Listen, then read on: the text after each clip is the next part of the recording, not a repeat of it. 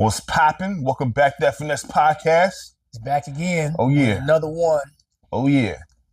Lot going on this offseason in the NBA. Yeah, A whole lot is going on. It's still currently going on, so things can happen while we doing this. So we got to keep the apps open. Right. Straight up. You know what I mean? Well, we got to hit the first domino first because it's been a minute since we joined, and a lot has happened since the last time we ran one back. Oh, yeah. But the whole NBA playoffs is done with the champions being the New York Knicks. How you feel about that, Josh? It's not who I wanted to win, but I mean, like, I don't know, like, part of me, like, I always start to question some of the legitimacy of, like, things not being messed with behind the scenes to make sure certain outcomes come about. Because it's kind of funny to me how for 3 of those games, how the Spurs was up for 3 quarters and they blew the lead in 3 of those games in the fourth quarter. Like, especially when they was up, what was it, 29 points? Yeah, that game. They was up 29 points and they, like, I don't know, like, how do you blow a 29-point lead and you're actually out there trying? You know, it looked exactly the same as that Magic game.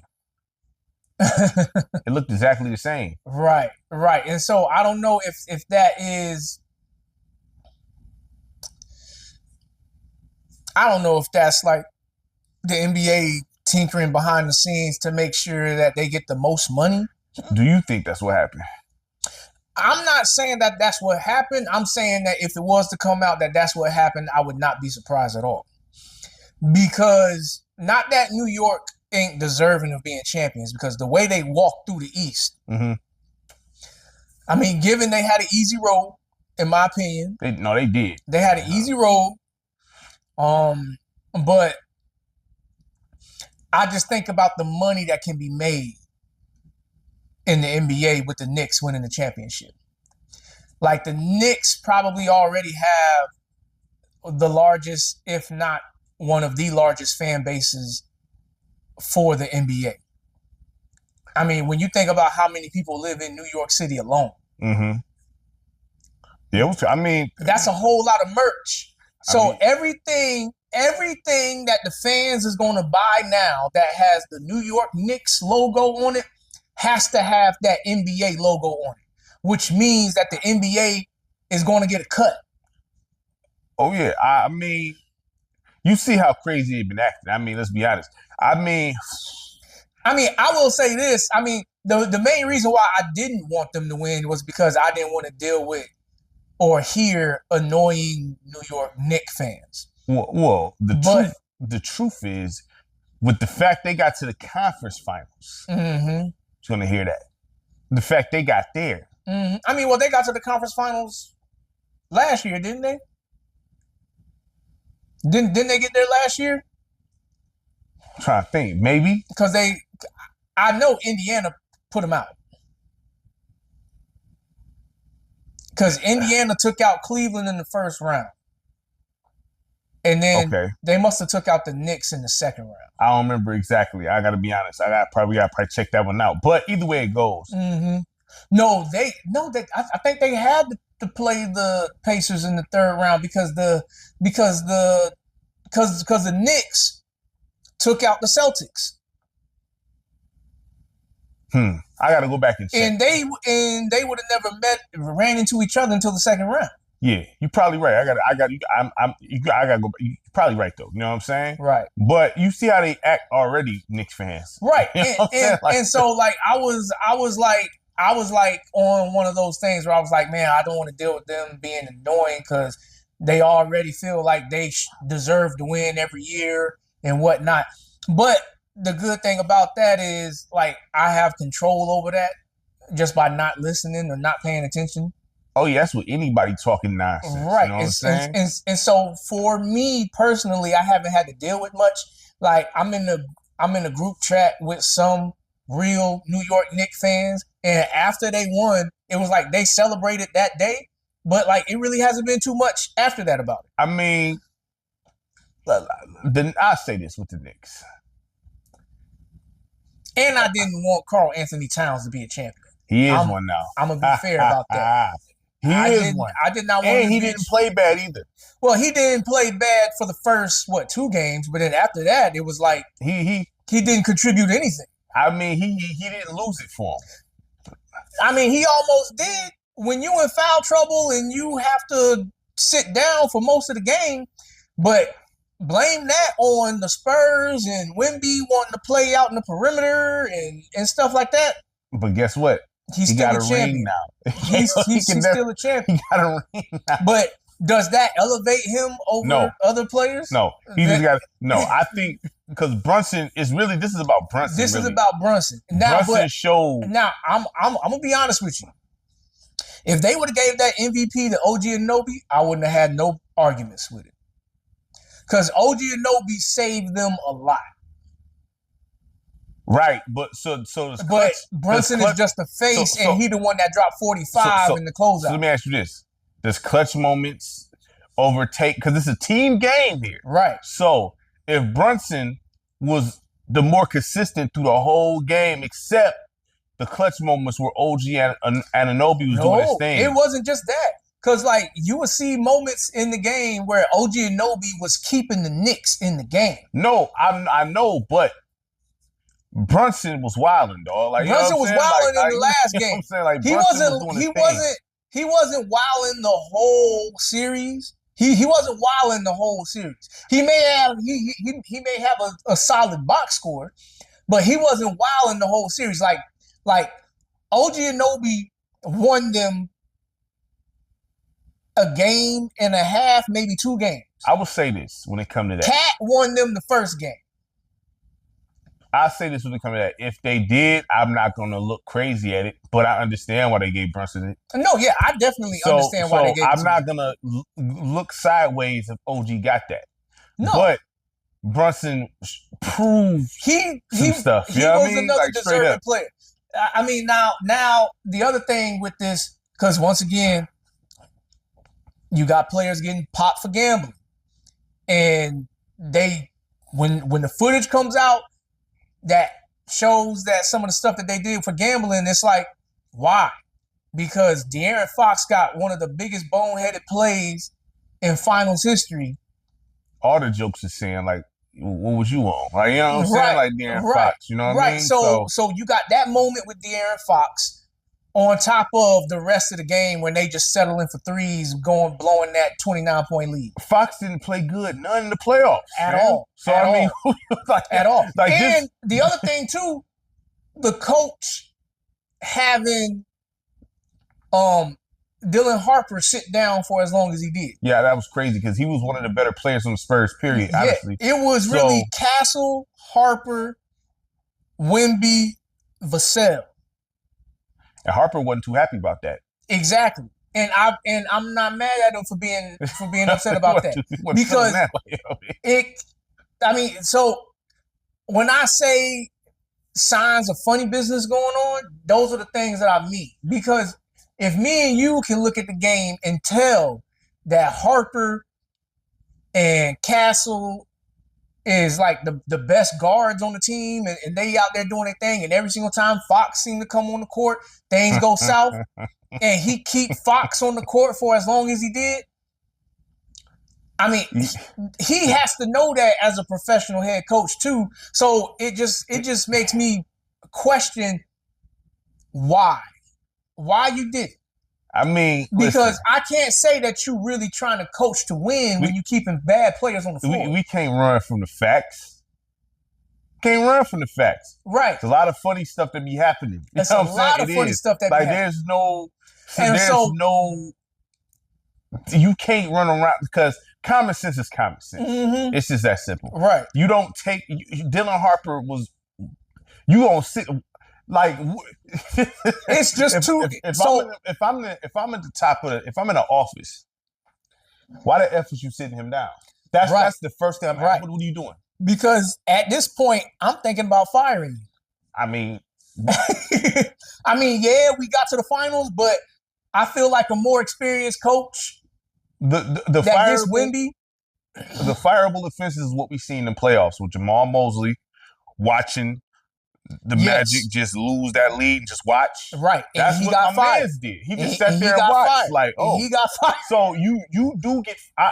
That's like there's certain lines you got to have. Like, where these are automatic fires. Right. If you got a player that's doing this thing, and you just sit him and you just there's no excuse. You know what I'm saying? For that. At all. So I like I said, and I hate to sound like I'm taking away credit from the Knicks, but I just have some honest questions here. Because like I said, it's not that the Knicks wasn't deserving, because the way they flew through the Eastern Conference playoffs, even though it was an easy road, they did what they were supposed to do with who was in front of them. Right. They did what they were supposed to do with who was in front of them. Atlanta, young and inexperienced, was the toughest matchup that they had. No, them first couple of rounds was easy though. So they should have got to where they was. I mean, honestly, in the Cavaliers, they got lucky with that match because the Cavaliers, I knew they was gonna whoop the Cavaliers because they not even like that. So Detroit was fatigued. Right. You know, if they wasn't so fatigued, we would have beat Cleveland. They just ran out of straight up gas. Exactly. You know what I'm saying? And so it's just one of those things where I'm like, ain't no way in the world the Spurs and the coach played that well and he coached that well against the defending champs in the Oklahoma City Thunder to take them 7 games and win just to come and play against New York and fall all the way apart. Listen, man. Listen, people that's listening to this, because a lot of people don't like to put common sense in the mix. Whenever the cheese is involved, we know how this goes. Right. And so that's just why what it is. Like, you know what I'm saying? And that's the fix be in all sports. The fix be in, and whenever there's millions, billion-dollar owners, and players getting millions, and DraftKings and all that, you looking at the WWE essentially, almost in a sense. Now, everybody may not play a part. If you got 60% of the people on the floor playing a part, that's enough for it to be fixed. You know what I'm saying? Not even. If you just got one guy that's getting a lot of minutes. But you know what I'm saying? Like, you might have somebody oblivious out there versus you may have the referees that got this going on. You got too many parts in this. You got some referees that got their stuff going on. Right. You got this player with his stuff going on. You may have this coach with his stuff going on. Right. It's too much. So it's like... Right. But, like I said, the NBA was going to make more money off of merch being sold alone with the Knicks winning. Oh, yeah, we know that. Versus the Spurs. Nobody's wearing Spurs stuff, even if it's winning the championship. Yeah, nobody's rocking the Spurs. How many people did you see walking around with Duncan jerseys? It's not a lot. I mean, he already doesn't have an attractive play style. He's called the big fundamental. Yeah. So there ain't nothing flashy about his game. Yeah, I mean... People was walking around with Amari Stoudemire jerseys. Amari Cole. And people was walking around with Kevin Garnett jerseys. People is walking around with Dirk Nowitzki jerseys. Tim Duncan is better than all of them. Yes. And he don't get that same kind of love. But Wemby is the hope, but... You would say he's 100% better than Garnett? Yes. It's not even... Look, I mean, that's my opinion. I just leave it there. Now, is Kevin Garnett capable of doing more than Tim Duncan? Like, can you use him in more ways than Tim Duncan? Sure. But when it comes to the position of a power forward and what they do and what their responsibilities is, in my opinion, Tim Duncan is better than Kevin Garnett. Okay, so all right, so let me ask this. We skate past this, right? Let's ask this. No, because we gonna ask it anyway. So Duncan walked into a cold situation. Yes, on top, right? that was fixed. That was Okay, fixed. he walked into there with David, the Admiral, and all them. So I mean, Took the team straight from him. you know what I mean? Like so, but Kevin Garnett, he wasn't in the best of situations, and then when he That's did, true. and then when he did finally get, you could say some cats that fulfill like Sam Cassell and Spree was past their prime at the time. The minute he got them, conference finals. Then after that, Spreewell wanted to leave. You know what I'm saying? Right. And then that was around the time when he said, "I still need to feed my kids." Right. But the minute Garnett got help, the minute he did, conference finals. Right. That's not a failure. No, it's not. Conference finals. And then Duncan it's not saying that his career is a failure. No, but I'm just saying, like, you know, he showed because, you know, we've seen Duncan lose. They never won back-to-backs and none of that. You know what I'm saying? Yeah. So, I mean, well, when you're dealing with Shaquille O'Neal, but I'm just saying though, you know, Western Conference, you know, everybody gonna eat. When you got that many greats, everybody gonna eat. You know, so when it comes to Garnett, because Garnett, I mean, it's not many flaws in his game that much. He does everything you want him to do at the four. You know what I'm saying? Right. He plays defense, rebound. He can shoot the midi. He can play down low, all that stuff. The minute he got help, as soon as he got help, conference finals. Right. Then his help left. Then it's back to whatever. Right. Right. Then when he go to Boston, immediately championship. You know what I'm saying? And then back-to-back appearances too. Back-to-back appearances. But don't have back-to-back rings. No, but I mean, neither does Duncan. No, but Duncan has multiple rings. That's fine. But late in Garnett's career, he got help. Right. Yes. I understand. And they kept leaving. And it ain't like Garnett's the one. Well, he can't be the one. He has to rely on people to get him to rock. Well, I mean, look, listen. I mean, I ain't gonna sit here and say his time with Stephon Marbury was not a success here. They was just young at the time. Right. But what I'm saying here is this. Tim Duncan, yes, he came into a better situation. Did we know that Greg Popovich was as good as a coach as he is, that he has reputation to have now, then? Some question it, though. They question that. They question Phil. This is the same question because the people will say, well, Greg Popovich was only fired like that when he had Duncan in them. You know what I'm saying? Which and the same thing with Phil. Yeah. See, like, you got to look at that both ways too, then, because you need to analyze the player the same way you analyze the coach. I'm not saying that's why I'm saying, like, when I look at Kevin Garnett, right, and I look at Tim Duncan is one of you know what I mean? But I look at what he walked into. Right. He walked into an already official situation. You learned it from feel however anyone feels about Dave Robinson. Right. Dave Robinson was one of them ones. He walked right into that situation, learning from him. All that good stuff. You walking. You can't walk into a better situation. Right. You can't. You know what I'm saying? And the only person that walked into a better situation was Kobe. When he got drafted by LA, he had Shaq. He didn't even have to start. Eddie Jones, Nick Van Exel. Yeah, but at that he ain't had to start. He was able to genuinely just like. Yeah, see, but Kobe, first of all, we ain't gonna talk. And then Duncan went to Wake Forest, got college experience, and was cold there. You know what I'm saying? Yes, right. Kobe came fresh out of high school, but two completely different situations here. Hear me out. What I'm saying is because they finagled stuff behind the scenes for Kobe to go to LA because he was supposed to get drafted by Charlotte. Yeah. How different would have Kobe's career have been had he would have been wearing a Charlotte uniform? It's really up to him. Would he have won any championships? Any championships? Because I don't know, man. You know what I'm saying? Because the thing is this. I'm not. We need players.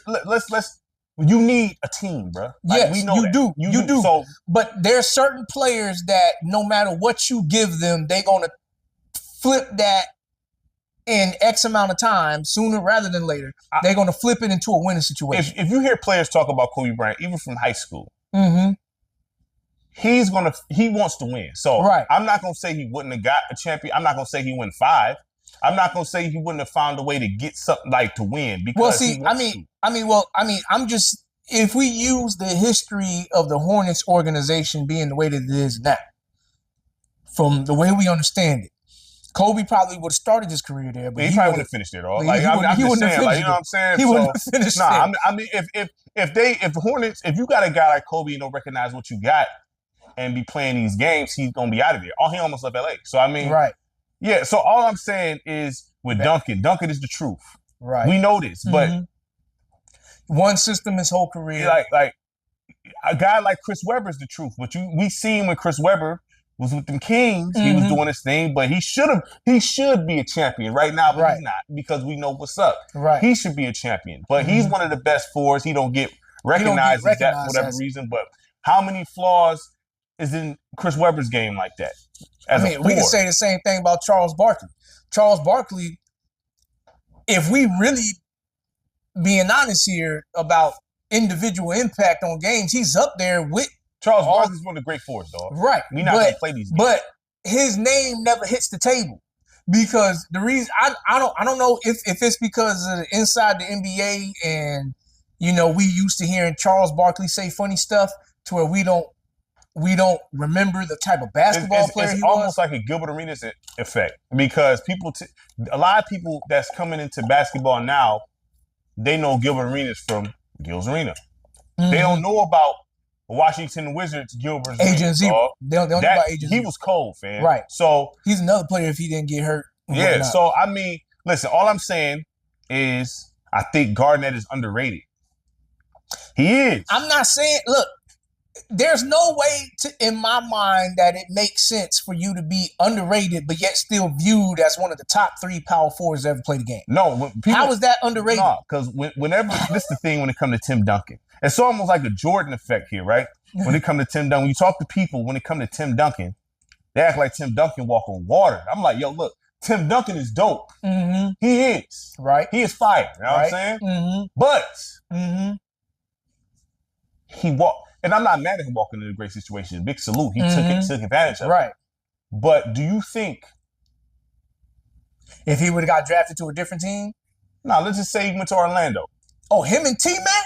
With the injured Grant Hill and Doc Rivers. Forget injured Grant Hill. Him and T-Mac, that's championship. In that system, whatever system Doc Rivers. They would have made it look right. They would have made it look right. With everything else around it. With everything else, with Pat Garrity, all of them. That's a championship. Guaranteed? That's a championship. I guarantee that's a championship. Because T-Mac was out here bugging by himself. I'm just asking. T-Mac is out here bugging by himself. I have no doubts in my mind. I'm still mad at Doc Rivers for that to this day. And when Grant Hill finally came back, he wasn't the Detroit Piston Grant Hill, but he was still an all-star. He didn't need to be. I mean, he was cold in Phoenix. But he was still an all-star with Orlando. He was known as a defender later in his career. Right. So, but he was still an all-star. He was still an all-star. He made the all-star in Orlando. Grant Hill was cold, dog. Like, right. I'm not. So I mean, like, I'm just saying, guaranteed that's a championship. All right. I guarantee that. Them Pistons, the Pacers, whoever. Because given those teams were elite as teams, but individually, Orlando would have had a better answer for everything. Don't you question Doc Rivers' coaching methods? Yeah, but it's kind of like, you know how I used to joke about this before Spo proved himself. Because I was like, man, Spo, I'm not sure he's a good coach because it's not that hard to say LeBron go in. It's not that hard to say Wade go in. It's not that hard. And you got 2 guys that are elite.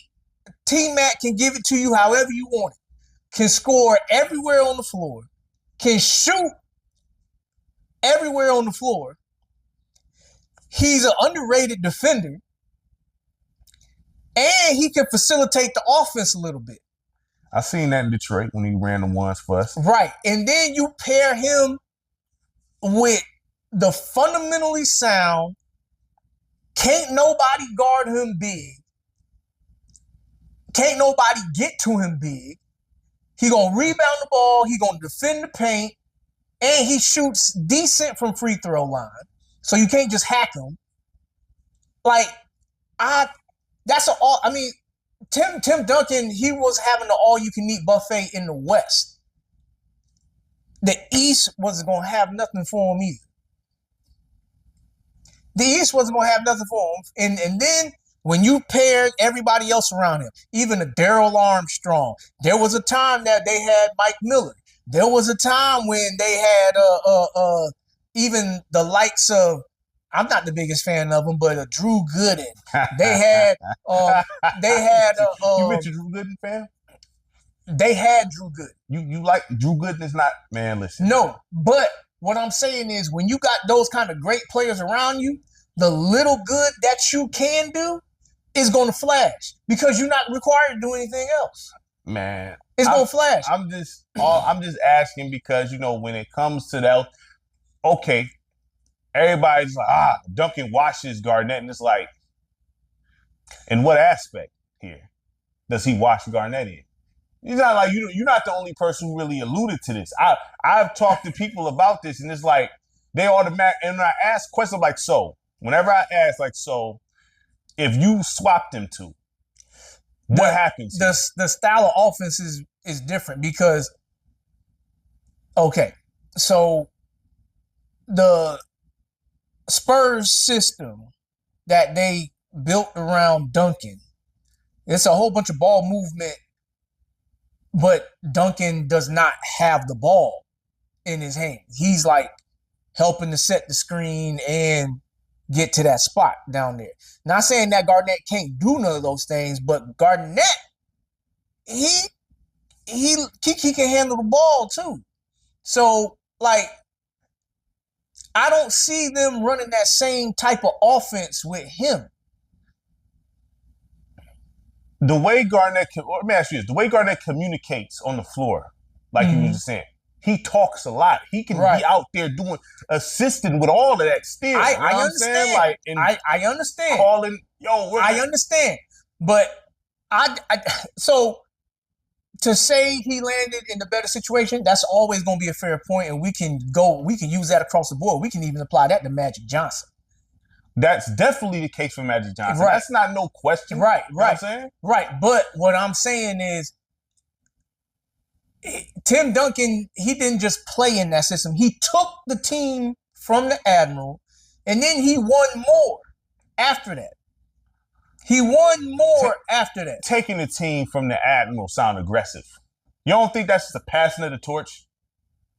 Because even at that time, David Robinson, when he retired, like 2000, early 2000s, bro. It was very obvious and very clear that Tim Duncan was the best player on that team. That's fine. You think the Admiral had a problem with that? Like, here.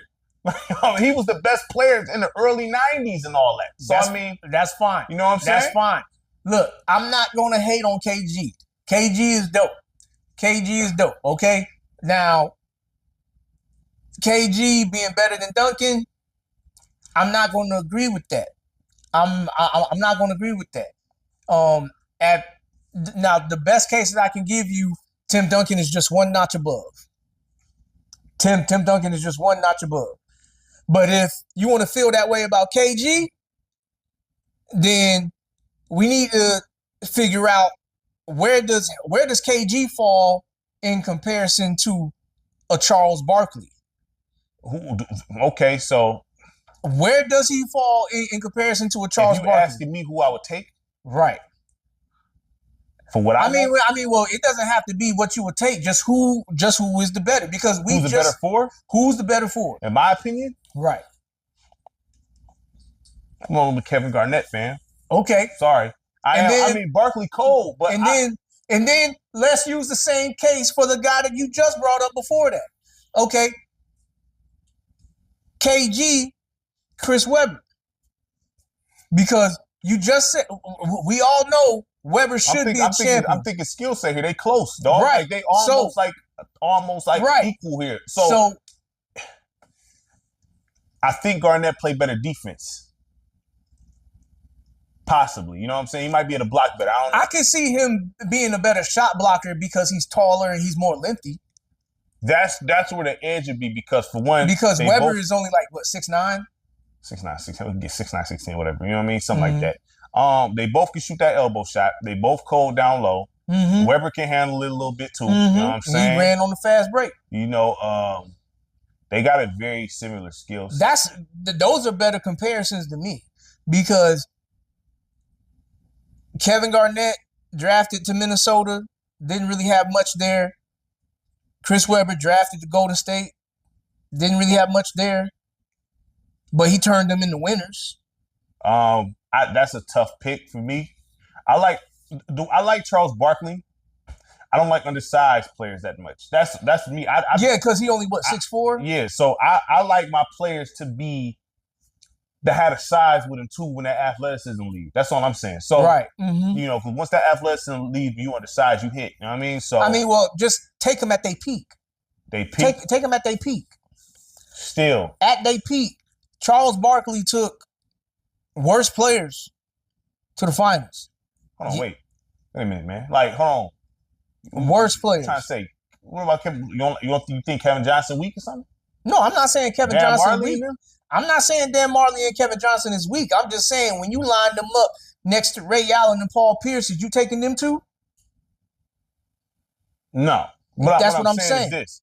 But okay, peak. Okay, cool. So still I still like Garnett is one of my favorite power forwards, if not. And that's fair. So that's fair. I'm not about to sit here and be now Weber, he cold. Right. When it comes to the defense though, I might have to still go with KG though. Still. I'm still going with KG. Not kidding. You know what I'm saying? Okay. KG, that's fine. I mean, you know what I'm saying? Like I personally don't think there's a wrong answer here. You know what I mean? But Barkley official, I don't think there's a wrong answer. It's really when it's that close, you kind of like picking needles here or threads, and I was like, so I mean, that's what I'm saying. So, and part of the reason why I give Duncan the nod because how much he won and consistently was stat-wise, impact-wise, whatever way you want to view it, in my personal opinion, was the best power forward in the game. For too long. Now, he had to go through some goons. He had to go through some goons to get his. It's not like it was an easy road. So let me ask this. Because let's take personal life aside here. You know what I'm saying? Tim Duncan is not my favorite. No. I'm just saying, like, so when people like to delete Karl Malone here because of whatever he had going on personally and stuff. Yeah, but that's like the OJ situation. Yeah, so I'm not F all that. Karl Malone's a power forward. It's official. Pick and roll. It's official. Yeah. What would you say he's ranking as a 4? I think he comes after everybody we just talked about. After? After everybody that we just talked about. Why? I just want to know why. I don't think he's as skilled as all those other guys. All right. I don't think. I mean, yeah, he muscular built and everything like that. He got that foul on Zeke and everything, and that was crazy. And I was glad Kenyon Martin got back at him for that. But like, I just think skill wise, because you can make an argument for that team. John Stockton meant more to them than what he did. I feel like this. When you're a 4,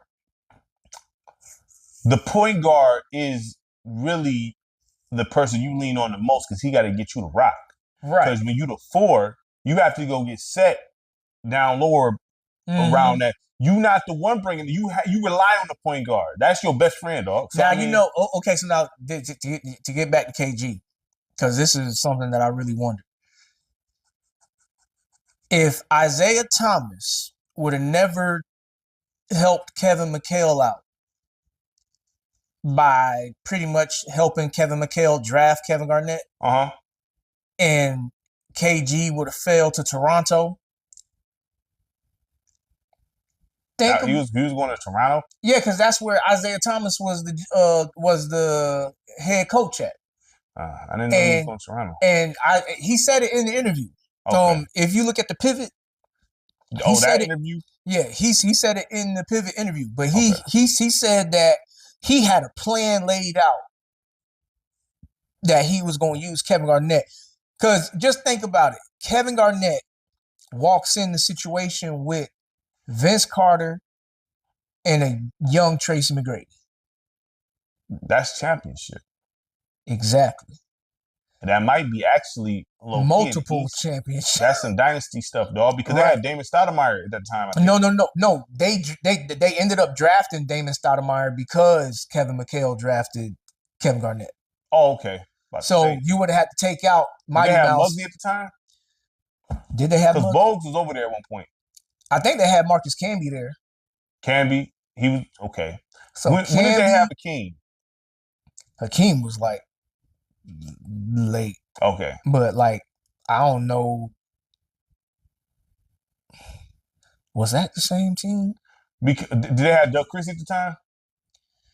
I have to look at the roster. Because that was a while ago. But still, like, I mean. But like, so when you're talking about circumstances that you get drafted in. KG, T-Mac, and Vince is a cold combo. But see, now when it comes to that, now we talking about certain people's heartbeat, because a lot of people feel like Vince Carter ain't got the killer to be no champion.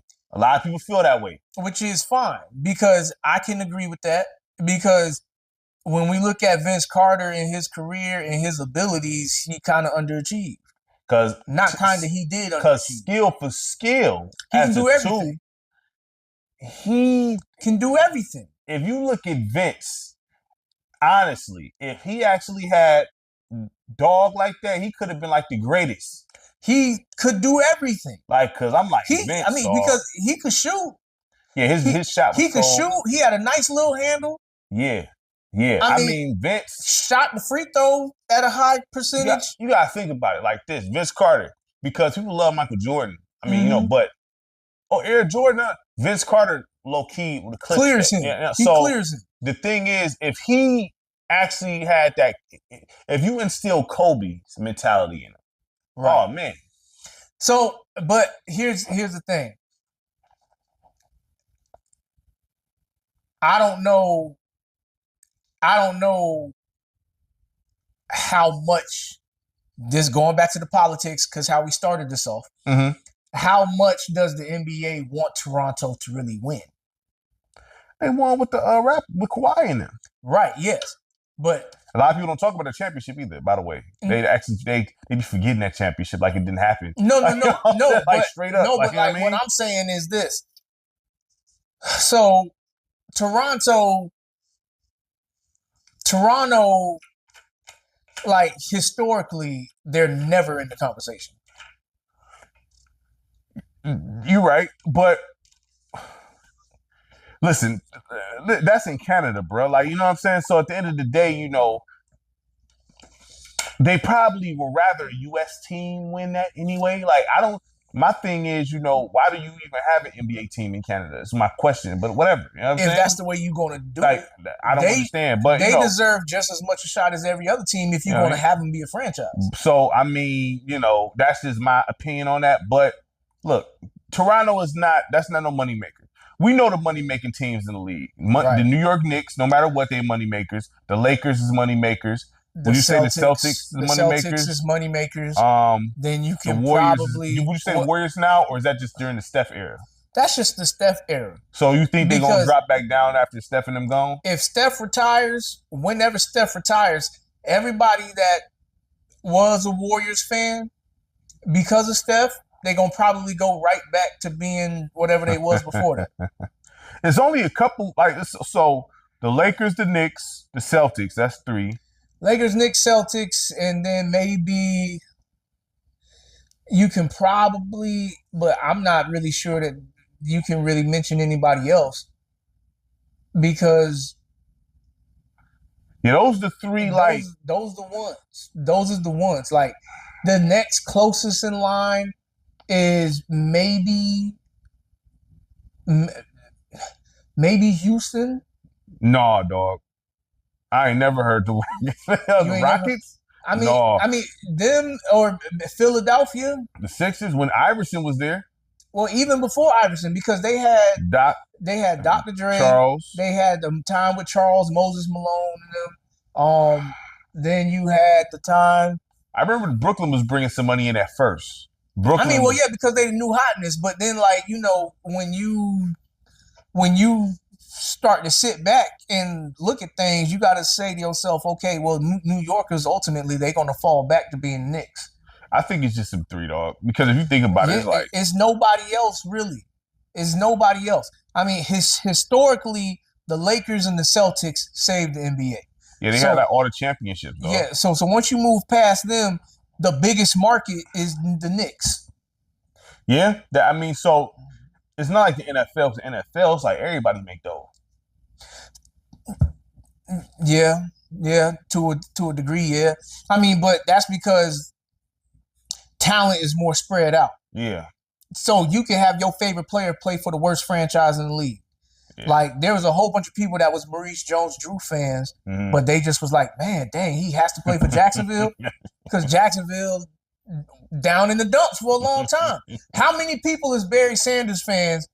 And it's the same story. Yeah, it's the same story.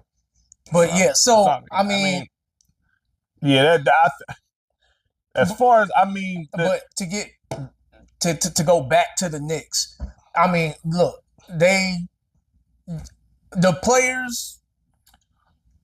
Okay, so since we on the Knicks, so do you think that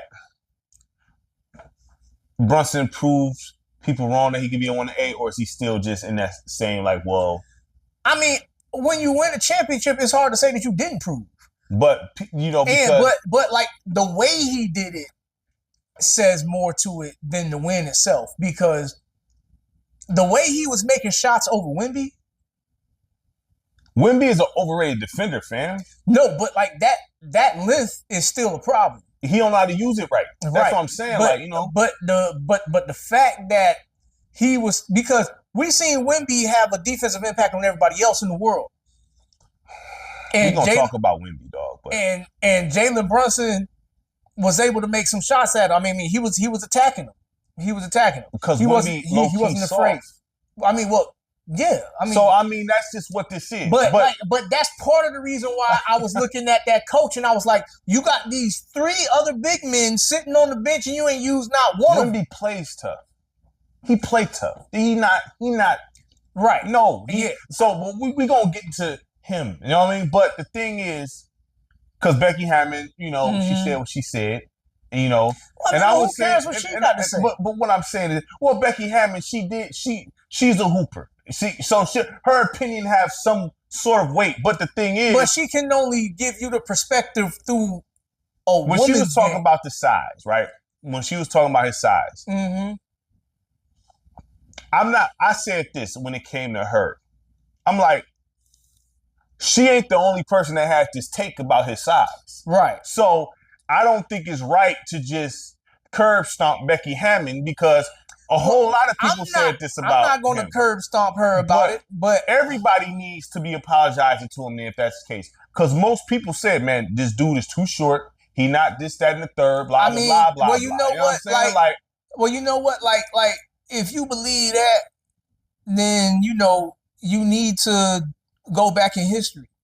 Because it's like, bro, Amon Shumpert was like, man, I want to give Allen Iverson a hug so bad, because I think that's kind of when the narrative kind of started. What, with the short people? Yeah, like you can't win a championship with somebody that's short, because Speaking of Allen Iverson, because I had said something, and people was kind of arguing me a little bit on TikTok about this, and I'm like, listen, Allen Iverson I still feel this way strongly. Strongly, I feel this way. You know what I'm saying? With Allen Iverson, that Sixers run, we basically doing this by twos here. You saying Allen Iverson, Mutombo, Kobe, and Shaq. Who are you going to really pick there? Really? Allen Iverson and Mutombo versus Kobe and Shaq. Yeah, anybody that's smart is going to pick Kobe and Shaq. But when I was talking about the matchup, like if they would have still had Stackhouse, that series would have looked different because Rick Fox and then would have got torched by Stackhouse. But would they have gotten Mutombo? No, I'm saying if they would have had him still, because how much was Mutombo getting paid? It's not about that. It's about they had to get rid of Stackhouse to get Mutombo, right? Mutombo did he come from the Nuggets to the Sixers? Uh, Because I don't think they indirectly, that wasn't like, because I think he came from the Nuggets to the Sixers, I think. right. Because he went from the Sixers to the Nets, right? He was Sixers to the so Nets, and I then think from he the went, Nets to Houston, I believe. yeah, so I don't think that, so my thing is they had Stackhouse because Iverson didn't have somebody he could just, people like to sleep on Stack. I mean, I'm not saying Stackhouse was Kobe, but Stackhouse he played with all the dope tools, man. And Stackhouse held his own. Right. Rick Fox was not guarding Stackhouse just as much as Shaq was dominating. But here's the thing, though. You can also make the argument that if they would have never been able to get Mutombo without getting rid of Stackhouse, would they have made it to the finals? No, I'm saying if they would have had Mutombo still. I'm talking about this as having. I mean, shoot, any help would have helped. Because if you would have had Stackhouse, Rick Fox, there is no planet where Rick Fox is guarding Stackhouse, bro. I hear it's you. Not happening, bro. I hear you. So just the same way Shaq will be dominating Mutombo, on the other end, somebody's going to, you have to make a decision. You know what I'm saying? Whether it's well, I mean, but here the only knock on that. Well, I mean, not knock, but the only pushback on that, because Kobe stopped guarding Iverson because it was Tyronn Lue. So then Kobe would be guarding Stackhouse. Not that Stackhouse wouldn't be able to do absolutely anything, but Kobe's defense is not no slouch. You have to single-handedly guard these cats. So this is the thing, right? You don't think Kobe would have took that matchup? Was Tyronn Lue really stopping Iverson? Or was he just being an irritant? Yeah, that's that Patrick Beverly stuff. But he was still getting cooked, though. Right, yeah. So, you know what I'm saying? Like, he was still getting cooked. You know what I mean? Right, but the whole point was to preserve Kobe's energy, because Kobe wasn't going to be able to run around with Iverson on the court. You guarding Stackhouse the whole time. Stackhouse is aggressive. Like, Stackhouse is nice, bro. That's like Anthony Edwards saying that I got Kyrie. Yeah, and he was tired. Yeah, you see what I'm saying? Like, so, I mean, Kobe would have. We appreciate you accepting the challenge, but in order for Kobe to guard Stackhouse the entire time and think you about to be effective, the way Stackhouse plays, he's a physical player. You know what I'm saying? Right. So you want to sit here and think you about to just guard. Stackhouse is bigger than Kobe on top of that. So right. Kobe wasn't just going to stop Stackhouse. You know what I mean? Nobody on that team was just going to stop Stackhouse. No, bro. But I mean, like, the point you're saying is fair. I mean, I'm not disagreeing. That series would have been a whole lot different with just that one person. Because now... But who really wanted Stackhouse out? Are we just throwing it on Iverson's shoulders? I don't know who wanted it out because... Or are we looking at Larry Brown at all? I have no idea about that situation. Because we know Larry Brown... He was going to trade Iverson, bro. We almost got him. Right. So I don't know. Larry Brown, the way he is...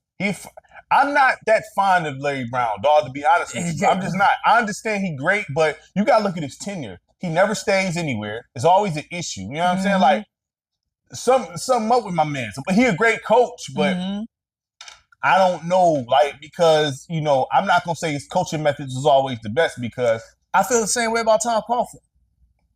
Tom Coughlin, he was the head coach for Jacksonville when we first came out the gate. Yeah. When Jacksonville first came out, we was one of them teams. You didn't want to, you know, we was able to do some stuff. We made it to the AFC Championship. And then, you know, he started saying and doing stuff that's like, you know, going over the rail. And it's like, man, like, we can't do this because our team is trending in the wrong direction. Yeah, man, like... Team trending in the wrong direction. He gets fired, but he's still a good coach. So he goes to the New York Giants, wins 2 Super Bowls there. So, like, your point there, I still feel like Rick Carlisle's a better coach than Larry. In my opinion, you know what I'm saying? We could have still did the same thing with Rick Carlisle as what we did with Larry Brown. You give Rick Carlisle that Detroit Pistons team, I still think we can win a championship with that. Rick Carlisle was an underrated coach, fam. Do you think if they had Rick Carlisle, they would have drafted Melo instead? Yes. Rick Carlisle would have been like, they probably would have tried to go up some more, to be honest. You know what I'm saying? Like, honestly, it'd be like, hey, But I mean, he would have got Carmelo. He would have used Carmelo. Rick Carlisle is an underappreciated coach, man. I understand. I'm just saying because you got the Pistons players in interviews saying that Melo wouldn't have fit. You got some that say that. Some. Ben said that. Rasheed said that. I think people just saying that to try to save face because they know. You know how people. The only person that kept it a beam was Rip, dog. Uh-huh. He the only one that kept it real. Like, hey, no, Chauncey did too. Chauncey like, you could, because Rip like, look, I could have played like 20 years. If we'd have had Carmelo Anthony. Like, right, we could have just let him. You know what I'm saying? Rip sound happy, like, he could. I mean, think about it. You know what I'm saying? Like, right, but Rasheed being the dude that he is, he also tries to give Milicic a better light than what people understand him as. This is the thing. Because Rasheed says, look, people don't understand, like, yeah, I mean, something about him, like, in like, he's a good player. In practice, we was pushing him. He was able to push back and all this other stuff. It's just something about them lights. I'm gonna tell you this. When it comes to, I said, like, everybody in the league can play, bro. Everybody. Mm-hmm. Everybody. It's just once you sit them with their peers, it's like a boxer. Oh, he got beat up by this guy. He got beat up by his peer. You know what I'm saying? Mm-hmm. You can't do it. So like, he said the same thing about Kwame Brown. Kwame Brown can play. He just can't with his peers against people with his peers. I mean, well, Kwame still had a career, so Kwame Brown, he was solid. He's not gonna lose you the game here. You know what I'm saying? Darko Milicic. He said Darko Milicic had a switch, but you got Larry Brown seems like the type that takes away confidence from young players. That's what I get when people talk about Larry Brown. How he don't like young players. He takes away all the confidence from him to feel, because you got to instill confidence in certain young players. He got to answer for not playing Bron and Wade and Melo there is no answer. He has to answer for that. Bro. He has to answer for that. If he's still alive and ain't did an interview yet about that, somebody need to be like, so why didn't you do this? Because we got no business losing. He don't like young players, bro. So it's like how, and that's like kind of like the Kwame thing, right? With Jordan stuff. When you coming out of high school and you got the greatest, as people say, the greatest, talking crazy to you, you know what I'm saying? Like, you ain't that's going to bother anybody, fam. The only person that probably wouldn't bother, honestly, is Kobe Bryant. That's probably the one person, you know? Like, this probably wouldn't bother. But everybody not Kobe Bryant, you know what I'm saying? Mm-hmm. So you already got shook in confidence coming out of high school in a sense, you know what I mean? Mm-hmm. So when you getting cooked like that by the greatest, you know what I mean? That's going to bother you, you know what I mean? But Rasheed Wallace also gave Kwame Brown his props. Like, when he came to Detroit, man, I mean, you know what I'm saying? Like, he wasn't, he was straight over, So Rasheed Wallace, I'm not saying he wrong here, but he didn't come there. So you don't know that yet. If Carmelo would have went there and was utilized, that would have helped Detroit a lot, because a lot of their problem was offense would have came a little bit easier. A lot of their problem was scoring. That's a lot of their problem. And even if Melo wasn't that great on defense, you had 4 other cold defenders, or 3. You know what I'm saying? I mean, I'm just thinking about, it should have been a common sense thing. Even if you don't go Melo, if you'd have got Dwayne Wade, you would have been fine. Or even if you would have got Chris Bosh. Yeah, that too, because then we wouldn't have had to get Sheed. You know what I'm saying? Right. Because we traded for Sheed. Right. So, but if we would have got D Wade, he would have fit. Him and Chauncey back there, cold backcourt. So, like, you could have made any other choice. You could have made any other choice. You know what I mean? So, but Joe Dumars, he over there in feeling himself. New Orleans. So we're gonna see what happens there. No, I don't know what's gonna happen there, but let's get into the draft. Yeah, let's get into this draft. NBA draft. Number 1, AJ DeBost. Do you think he's too arrogant? Did you check out any interviews yet? I didn't check out any interviews, but if I wouldn't be surprised if he's arrogant. A lot of people feel like he's very arrogant. Look, man, if he's arrogant, like I said before, you can't be talking like that and then not show up on the court. You better have as much game as mouth you do. He got a lot of mouth, man. He got a lot of mouth, dog. You bet, even because at the draft, bro, he talking a lot of trash, bro. Look, right now, as it stands, Washington's roster ain't no joke. No, they should be in the playoffs. They should be in the playoffs with ease, actually. Yeah. Hold on. Yeah, with ease. If they healthy, that should be a team that's a problem. Because Sarr, he's how many years? 2 years now? Or 1 or 2 years? Something like that. Yeah, so you got Sarr, who should be soaking up all of Anthony Davis' game. He should be glued to Anthony Davis' hip, bro. You know what I'm saying? Because AD can hoop. You know what I mean? So I mean, I would just say, just don't take any like taking care of your body. No, I'm talking about the game, bro. Not F the conditioning, the game. Because AD's skill set is nice, and Anthony Sarr got a similar. What's his go-to move though? We talking about the pull up? AD. He don't got no go-to move.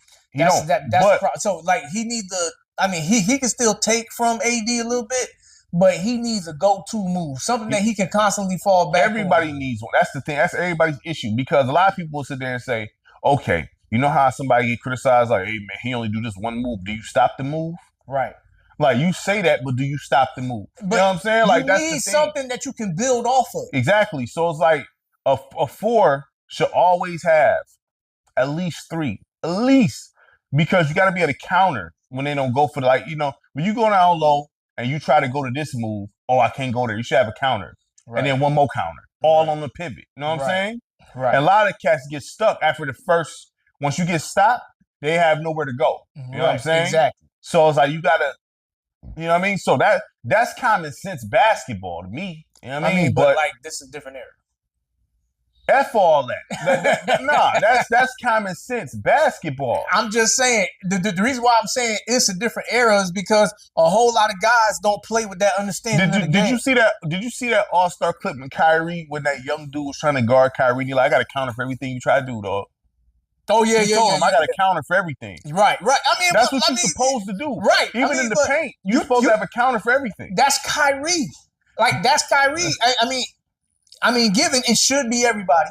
You got to have a counter for everything, dog. Even if it don't look be everybody. Duncan. Okay, big fundamental. He had a counter for everything. That pump fake and the up and under and then the hook shot and then like the elbow, like he can hit you in every way. It was a counter for everything. Right. So you got like it's you right. I mean, I ain't saying I ain't even trying to argue that. You absolutely right. Do I think AJ DeBanster and he got game? He got game, but now what I would say this in the NBA, with the NBA being as soft as it is now, he might come in and be bugging. I don't know. You know what I'm saying? Well, with that frame, I can see him coming in previous eras too and still being able to do a little bit of something. So because for somebody his size, because he's what, 6'10"? Yeah, around he's 6'9", 6'10", 210. He coming in like that. Like he gonna be. He has a good chance to be able to do this to everybody. So and this the and I think he knows. This is the thing, him being so arrogant like this, because you don't got no bruisers in the league who be like, this little what? Okay, we gonna all right. The last time something like that happened was Lonzo Ball and his dad running his mouth, and like that pretty much put a target on Lonzo. But I give Lonzo, he ain't cry about it. No, he ain't cry about it. He got better. But I'm just using that as an example. Like the last time somebody came in with any kind of gas like that, and the league was like ready to try it. That's the thing, though. You got him talking crazy. So it was like, you think you okay, Rook?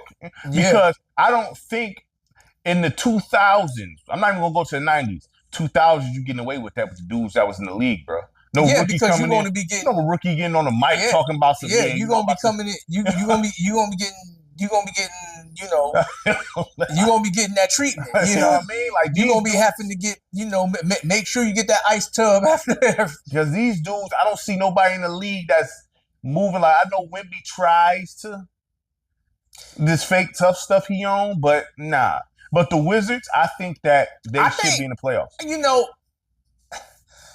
I don't think it's so much of Wemby being fake tough. I think he's just fed up with everybody calling him like soft. Because you is. Right. You is. I think he just fed up with that, though. He is, though. Mm-hmm. But at what point do you see that he not? No, you're right. You're absolutely right. But like the thing with him, if you want to be a stretch four, and play the perimeter game, fine. We've seen that before. Do you need to play down low? Yes, you need to have something down low. But as a Spurs organization, if you know that about him, you need to have him play on the floor with another big. Listen, I'm going to just say this. There's absolutely no way in ATW hockey sticks is a 7'5" guy on my team being the perimeter. There's no way that's happening, bro. It's not happening on my team, bro. You're not doing it, bro. That's not happening, fam. It's not happening, dog. If you got Castle, you know what I'm saying, Harper, what are you doing down there? There's no reason, not one reason for you to be down there. Not one. There's not a single reason. Fox and them, there's no reason for you to be nowhere near there. You need to be down there. Because Wemby, even if he is as soft as I say he is, because he is, all he got to do is catch and fade. That's it. Right. He don't even got to do catch and fade. You know what I'm saying? With the extended release. You know what I'm saying? Dog, come on, man. That makes no sense. The biggest indictment to his play style, though, the rest of the league. There's nobody that wants to be down there. I don't care. Like that's further reason. That's what I'm saying. Stay down there. That's what I'm saying. Like, you see Giannis, when he put on the weight, he was terrorizing everybody when he would go down to the paint. If Wemby was down low, they'd win the championship. He need to Who gonna stop him? I mean, because all he got to do. He need to hit the weight room. Even with no post, I'm saying even now with his frame. You catch that mug, right? You turn around. He get pushed out too much. Boom, dog. He get pushed out too much. He's 7'5" with the extended reach. How tall is that? Right. You release that boy at his peak. That's a foul, dog. Every time. Well, dog, he needed. There's no way I could coach that team, bro. His shooting coach. They will hear my voice on the screen, dog. Like, there's no way, because him being out there. But when I watch that, I'd be hot. See, but that's another reason why I was saying to myself, maybe they pull some strings. Maybe they pull some strings behind the scenes, because when the Spurs was making their big runs, Wemby was having the presence down in the exactly. Dog, but then all of a sudden, and he wants to just stay out here. No. And then you just see the run happen. And then they talk about the handle. Yeah, his handle is fine for a 7'5" guy. Right. Any guard that got any hand-eye coordination taking that, bro. I'm serious. Anybody with some hand-eye coordination, because this isn't Kyrie. They talk like, oh, bro. Yeah, any guard with hand-eye coordination is taking that. There, you at that size, it's like anybody that know basketball. Guards is offended when you dribble. What are you doing? Give me that. You know what I'm saying? Like that one dribble, you know the big one dribble get. And that's max one. Right. And that's only if you have to use it. You know what I'm saying? Don't put the ball on the floor. You take that mug, pivot, do what you do. Right. There's no way on my squad a Victor Wembanyama is going to be outside of that dotted part. You're not about to be. You're going to be in trouble, bro. Like, you know what I'm saying? I know. I mean, there ain't no way. I'm with you. I'm just laughing at it because, like, it's just making me think even more about the NBA fixing this. Man, listen, man. It's just making me think even more. But anyway, okay, the second overall pick. That's the guy who don't like to play games. Darren Peterson. He be calling himself out of games. I think you've seen that, right? He took a workout only with the Wizards, didn't work out for nobody else. He went to the Jazz, though. He went to the Jazz. This is the guy that they say he's Kobe. His skill set. They said that about Jason Tatum. They said that about Devin Booker. What does that mean? They did. I don't know about Jason Tatum. They how? Were trying to compare. There's nothing about Jason Tatum's game that says Kobe Bryant. They said that about Tatum. How? And they said about Booker too. Tatum is I can see Booker being compared to that more than him. Booker is more Kobe than Tatum. Not saying that he is, but Booker is more Kobe than Tatum. Because Tatum, he wants to shoot that three. Tatum is trying to be outside shooting that three, sidestep. Look, man, neither one of them is anywhere near Kobe to me that I look at. I just don't see I'm not saying that they are. But if you want to compare one from the other, and who's the one that uses the mid-range fadeaway more? That'd be Booker. Exactly. And that's it. I mean, but the new guy, the rookie, Kobe, I mean, what do you mean? First of all, Kobe not checking himself out of games. So you lose that right there. Kobe gonna play with broke fingers as long as he can move. You know what I'm saying? He gonna be out there. So we not playing them games. I don't know what they're talking about. You know what I'm saying? I'll say this. Is he skilled? Can he play? That's not what's in question with him. Skills is not what's in question with him. They say he better skill-wise than AJ DeBaster. Well, I mean, when they met up against each other, he went at him and he beat him. Okay. That's like Fox and Lonzo, right? Or was it De'Aaron Fox and Lonzo Ball that was going at it like that in college? Yeah, at that time, yeah. Okay, yeah. At that time, yeah. But yeah, he but the big thing with him, he had, what was it, number 1 Arizona. Mm-hmm. That came in and they was supposed to play against each other. Mm-hmm. And he takes himself like out the game, or he doesn't play. He didn't play that game. He didn't play. He last minute didn't play. And they won without him. They won without him. Mm-hmm. So, like, I don't know. Like, that's one of those things that I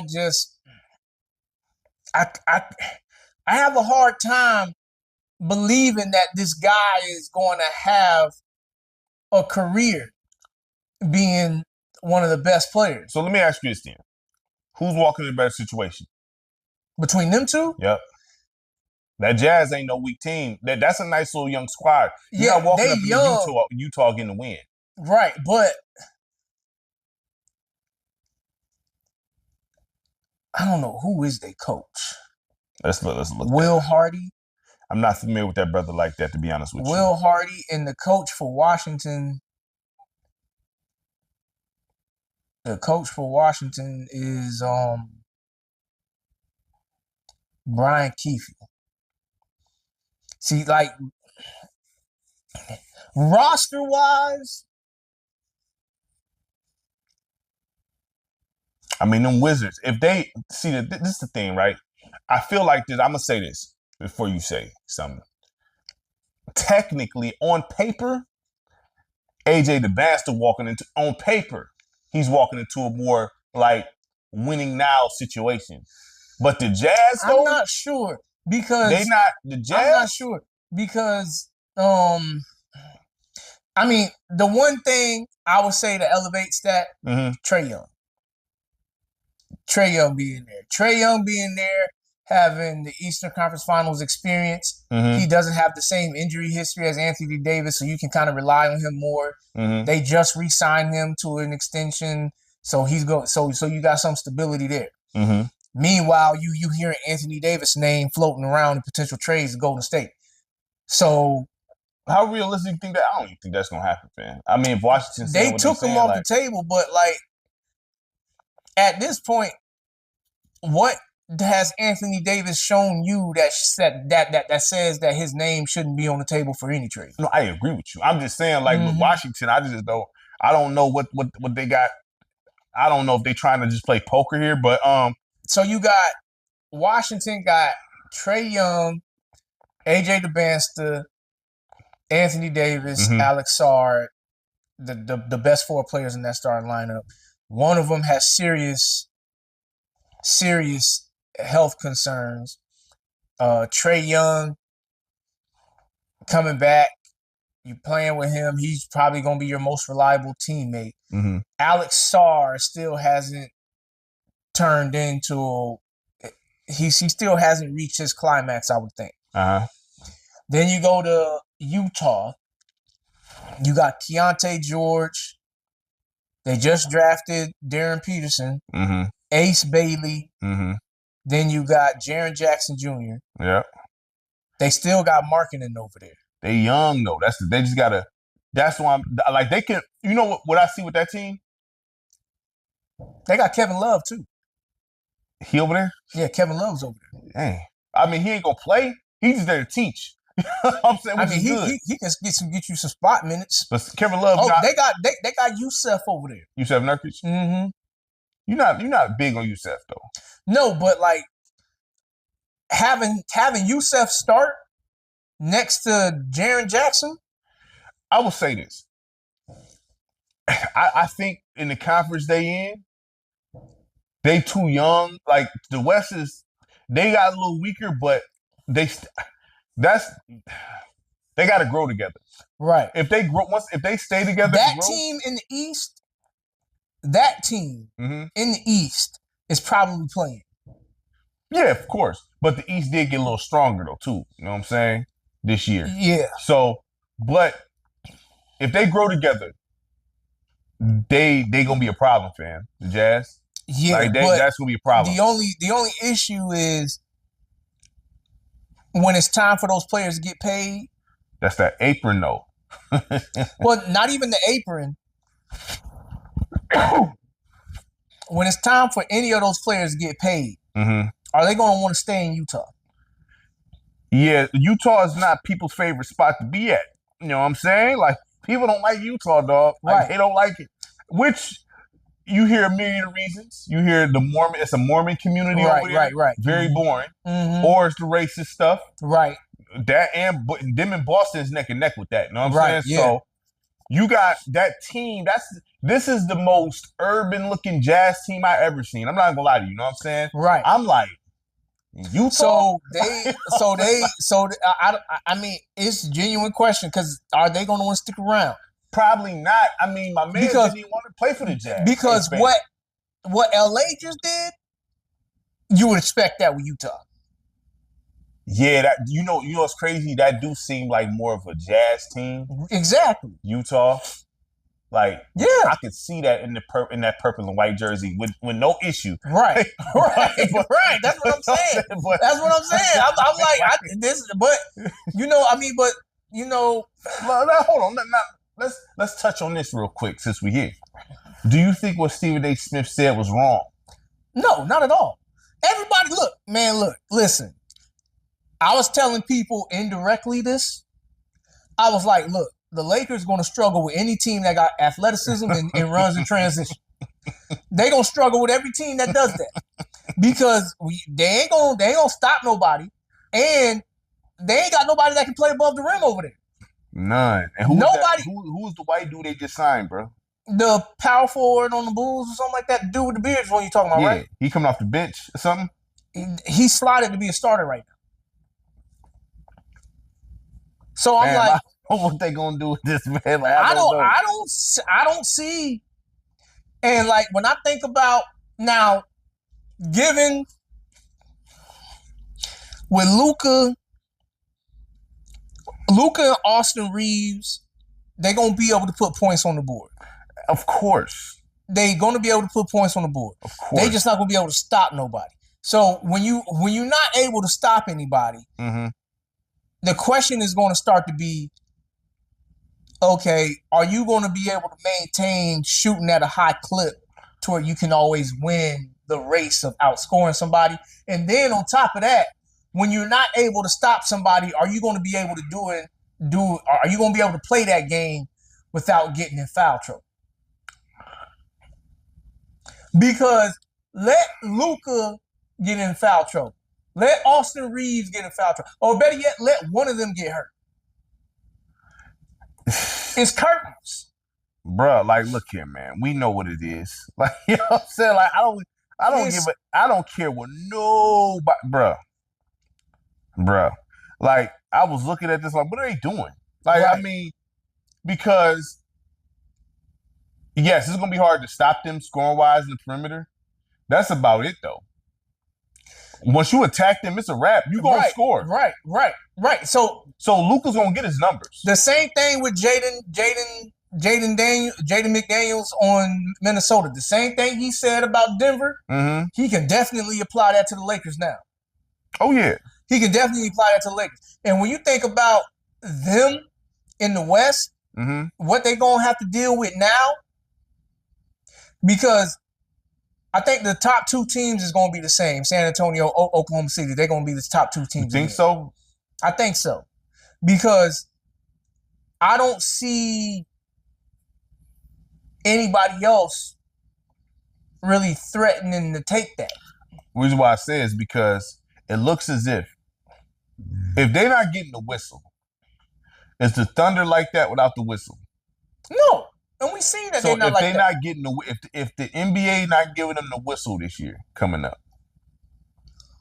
because a lot of that, listen, I don't care. Nobody said they won a championship because of that effing whistle. Right. I don't care what nobody said. Right. Well, no, you know what I'm saying? Well, they got there because of the whistle. They won that championship because Halliburton got hurt. Oh yeah. That is true. You know they won that because Halliburton got hurt. That's all facts. But that whistle, fam, we see Right. what happened when they took the whistle away. But even with that being the case, because everybody's like, Shea's amazing, Shea's good. And the thing that pisses me off about him is that he relies on that flopping stuff so much. Because his skills is his skills. You can't deny his skills. Because when I was watching him without that whistle, he was getting loose. Right. When he knew he wasn't getting that whistle, I'm seeing him rocking folks and all. I'm like, oh, now, so you can do all that. You just choose not to. That's part of the reason. That's why I was so upset about it. Oh, so you can rock folks and all that, but and then the other one, Jalen Williams.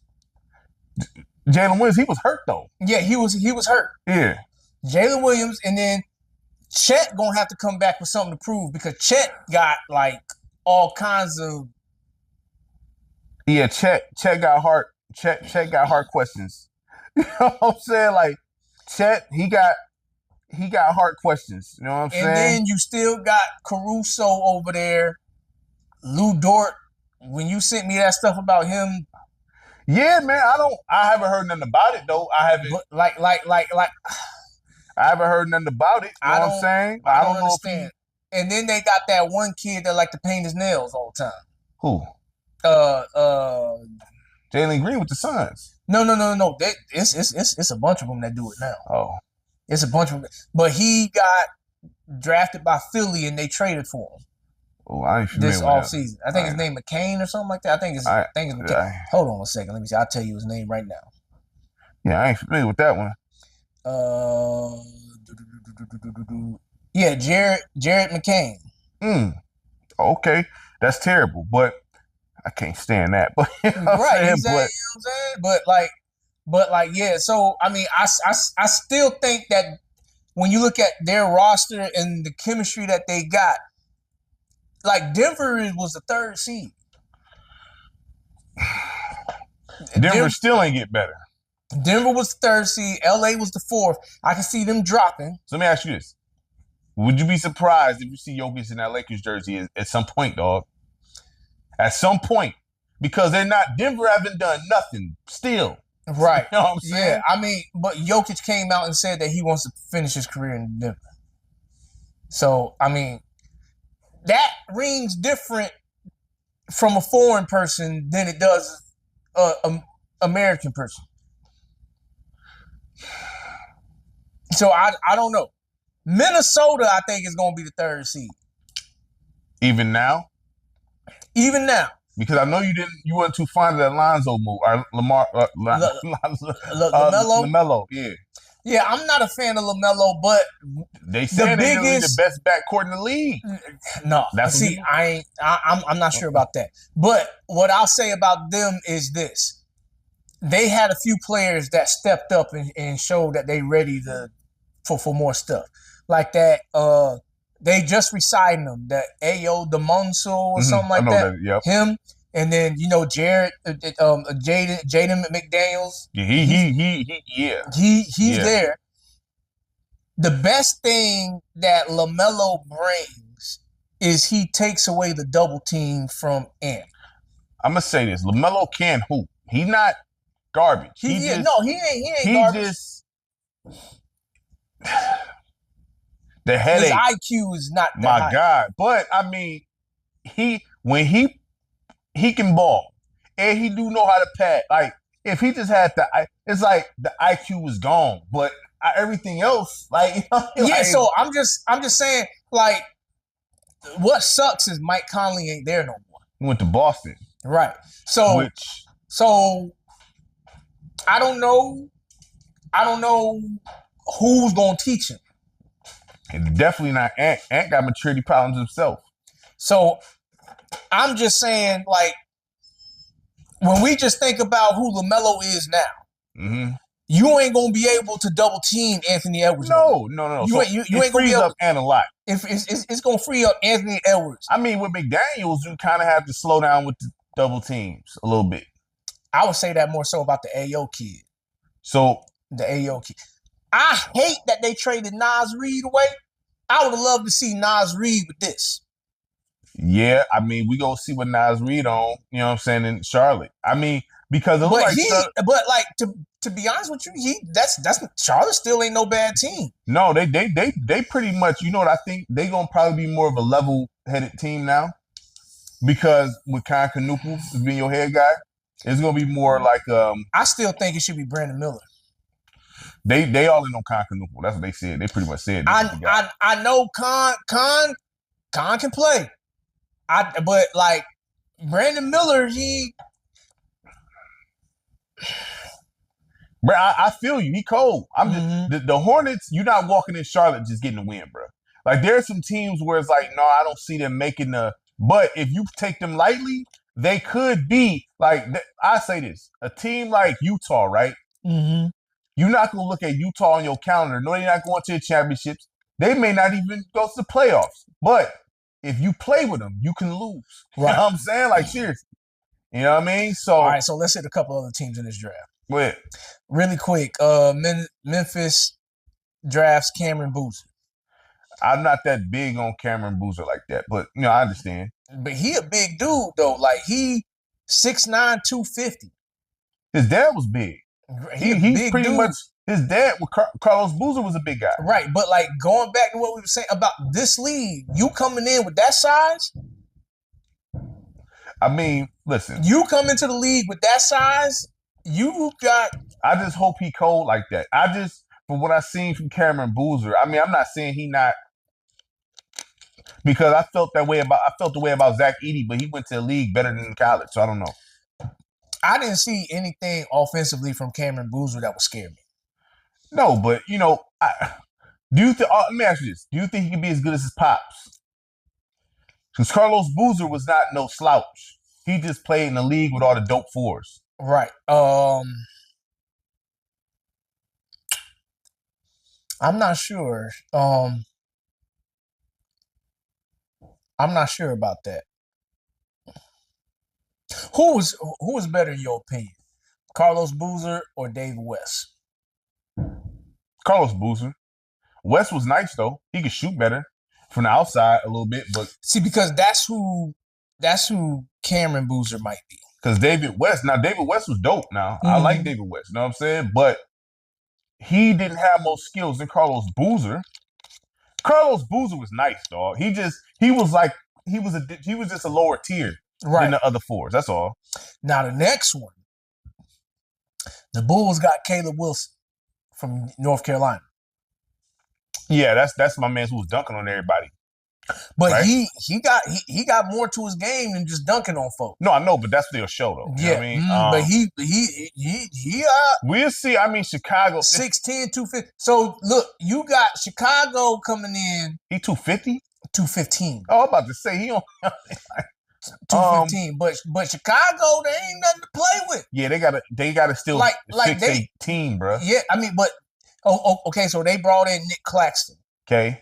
They brought in Nick Claxton. Dude from the Nets. Yes. I must have missed that move. I didn't see that. They still got Giddey over there. Which is he cold. And then you draft Caleb Wilson. Let me see what they. So he gonna be at the 4 then. Because Claxton be at the 5. Oh yeah, and they just signed Norman Powell.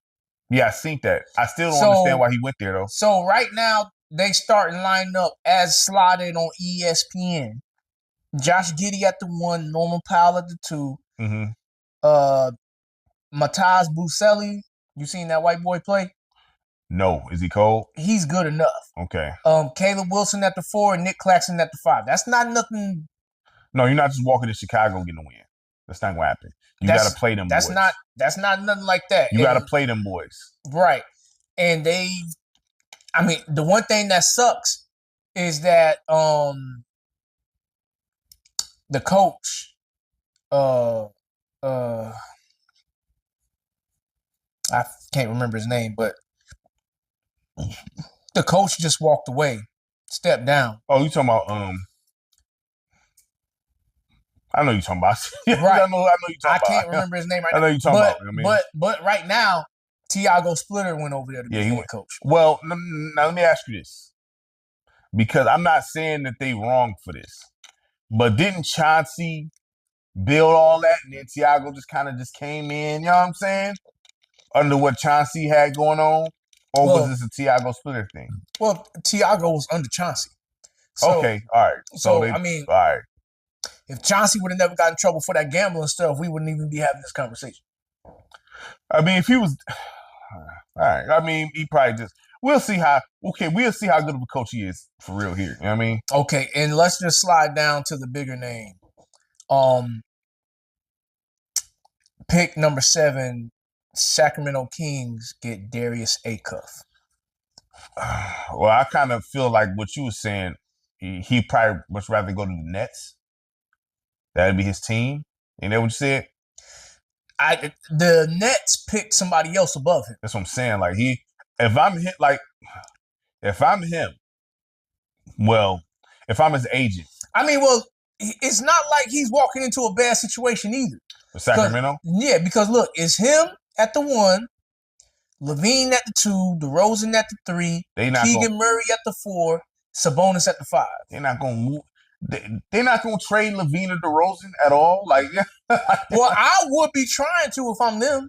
Like, I mean, because those guys. Listen, I love DeMar DeRozan. I like Zach LaVine, but they don't move the needle at all.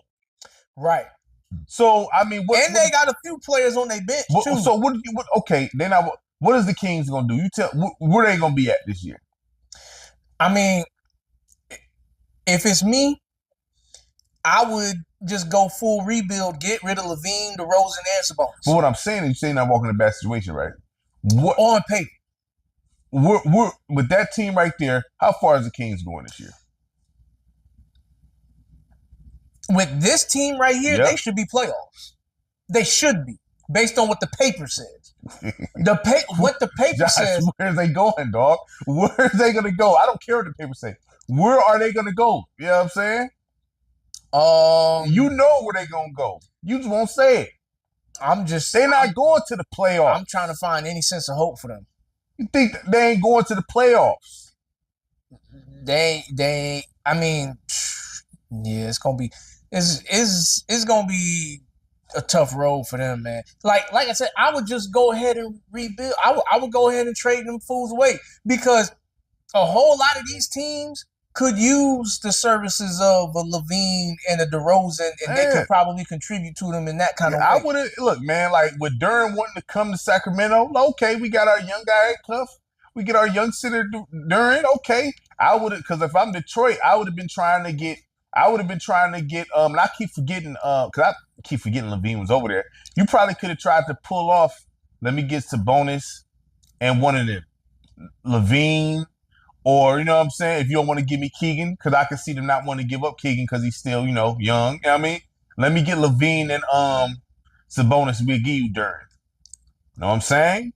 Like right now, like if I'm Sacramento, with those 3 names, Levine, DeRozan, and Sabonis, Detroit needs a center.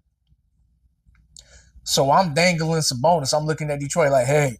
That should have been the main target if Duren wants to go to Sacramento.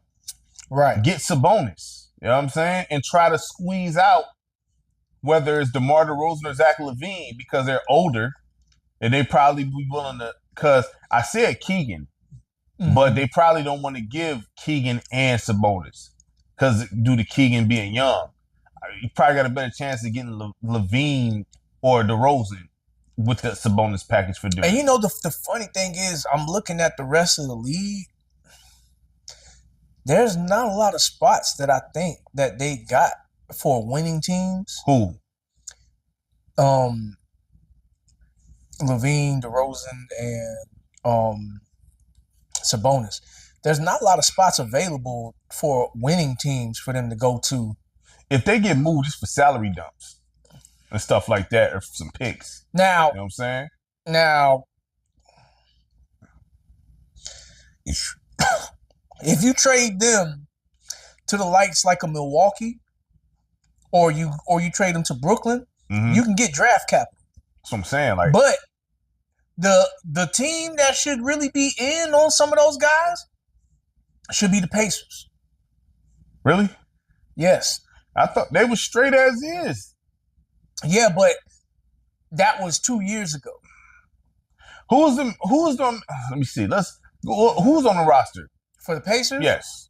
So you already know about Halliburton. Yes. The next best player was it Siakam. Nembhard? Siakam. Pascal and then Nembhard. Right? Pascal Siakam. Then you got Nembhard and Aaron Naismith, and then Zubac.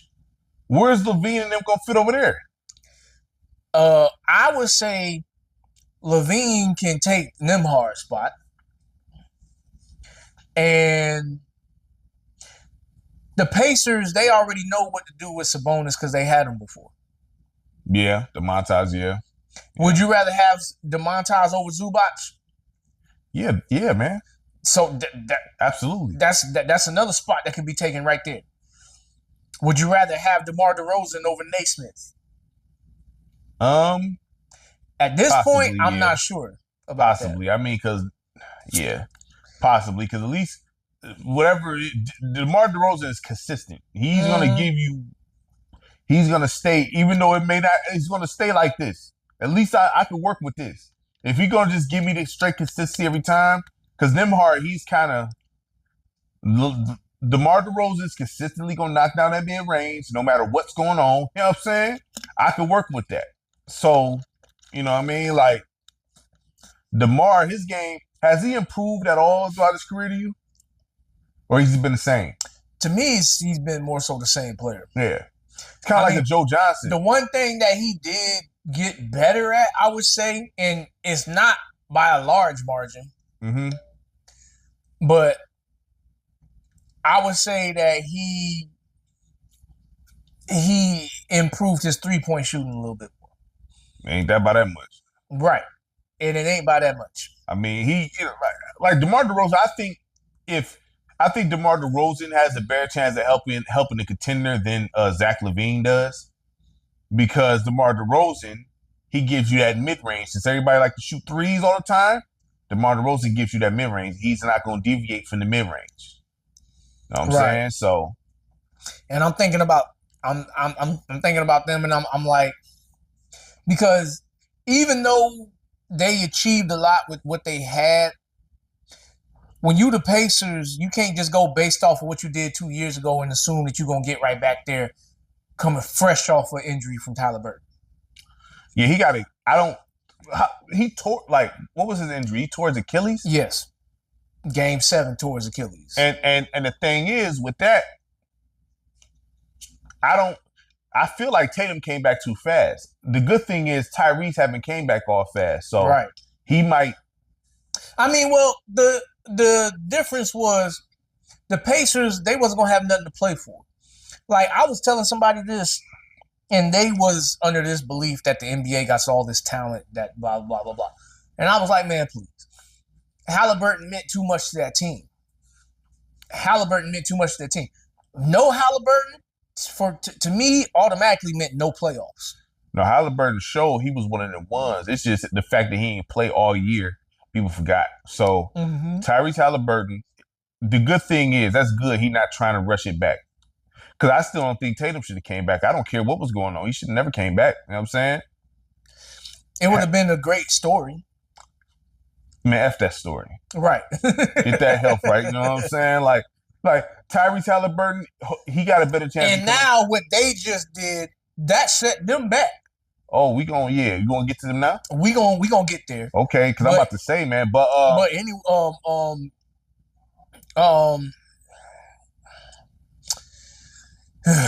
that just messed me up. Look. But anyway, one of the other highlights in the draft, I know this ain't your school, but University of Michigan, three first-round picks in the draft. That's good. I mean, shoot. Listen, let me tell you something. It's not my school when I'm home. If I leave state lines, you know what I'm saying? Every team in Michigan is, it's the crib. You know what I mean? So I'm always going to root for home. Vaxel Landenberg went to Golden State. Is he going to get clocked? I don't know. That's the because question. You go in there, are you getting clocked over them veterans? Look, we all know Steve Kerr can't coach. And I was surprised he even came back, but all right. I was very surprised by that, but okay. He didn't know what to do with Jonathan Kuminga. Neither does Atlanta. I don't know, because he was looking like he found a home. It was looking like he found a home. How? There has to be something behind the scenes. And nobody's signing them either, knocking down the door? Has to be something behind the scenes going on. I don't know what's up with my man. I don't know. I have no idea. You know what I mean? But anyway, and then Oklahoma City, they drafted the tall white boy. Is he getting clocked? The 7'3", 255 kid. Is he getting clocked? Why would you draft him on that team? You know what I'm saying? Like, well, I would say this. I would say this. The way they use Chet more like a power forward than a center. So his hope is to be the backup center, which is over Hartenstein. No, Hartenstein starts. He'll be the backup. So he be backing up Hartenstein. Is what I'm saying. Well, see, right now, according to this, he's third string center because they got the other Jalen Williams. He's not gonna get no minutes. He ain't getting no clock, dog. I don't want to be drafted there. I have no idea. I have no idea. As a young player, I will say this. Would you agree to this? Maybe not. I don't know. But if you a young player get drafted to the NBA, don't you want to go to a team where you can play to show your value? Because that's the ideal situation. You always want to play because that's your fastest way to not only show what you can do right now, but that's your fastest way to improve is to play. Right, because if you get drafted to a team like the Thunder, the Warriors, ever, you always gonna be one of the first ones on the chopping block, dog. To get waived and everything because you ain't playing. You think James Wiseman's career would have played out different if he didn't get drafted to? Absolutely would have played out different because James Wiseman got the tools. You know what I'm saying? It's just maybe he played a little too. This is the thing. He's not like he don't play on the perimeter, so he play a slower game. He a big dude, so they ain't like that. His style didn't fit Golden State. Right. You know what I'm saying? So that's whatever, but. Yeah, I don't. So what's the next guy? Who's the next guy? That was all I was really highlighting about the draft. There was some teams that pulled up some players that could potentially be something in the future. Mm-hmm. I know Kingston Flemings. He had a lot of potential coming out of Houston. He got drafted by Atlanta. Mm-hmm. Is he gonna get clocked there? Or is Atlanta? I would assume so. Set? It's not like Atlanta is set here. Like Atlanta, they got a lot of athleticism, but they don't got a lot of skills. That's why C.J. McCollum was the best player on the team. C.J. McCollum is underrated, bro. Well, he's severely underrated. Well, you know what I'm saying? But it's just, would you agree that C.J. McCollum is underrated, bro? Yes. He is cold, dog. He just, whatever. I mean, I don't know. I mean, I would have took a stab at C.J. McCollum from Detroit. Hey, y'all want him still? You know what I'm saying? And then Miami, they got another talented player, Nate Ahmet, 6'10", 207. They still got to finish plugging out their rosters. They need. Let me see. Who does Miami got on their roster right now? Because Miami is. Okay, so right now this ain't gonna do nothing right here. They need some help. They gotta plug that out, though. They don't got nothing over there. They got now hold tight. Point guard starting. This is not his strength, but I like the player, Davion Mitchell. A point guard. He's a two. He's not even really that, but like he's kind of like seen him run the ones. Davion Mitchell is kind of like a more so kind of like a Lou Dort, Caruso kind of guy. With that team, you need a real point guard over there. Right. Because, okay, so Davion Mitchell at the 1, Tim Hardaway Jr. at the 2. I see he just signed over there. Andrew Wiggins at the 3. Then Giannis and Bam. Yeah, dog. Like, you need, like, first of all, like. And then coming off the bench. Who running your offense? They need all kind of help. That's what I'm saying. Like, but see, I said this. Now, this is the thing. I don't know if you would agree with this or now, whatever. Hold up. I'm sorry. I didn't mean, but like, because I'm just scrolling through it and seeing, like, what's the deal with Nikola Jovic? What you mean? Like, is there something that I'm missing here? Is he a free agent? No, like he's 5th string. Well, who? Miami. Jovic. That's the guard, right?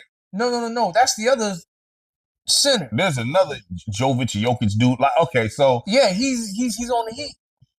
He's a 5th string center. He can play. He's a fifth string 4. I'm sorry. He can play though. Yeah, I know. That's what I'm trying to figure out. Like, what's going on with him? I don't know. Maybe is he hurt? I would assume that has to be what it is. He got to be hurt because he's not no 4th string nothing. You know what I'm saying? Right. He can ball.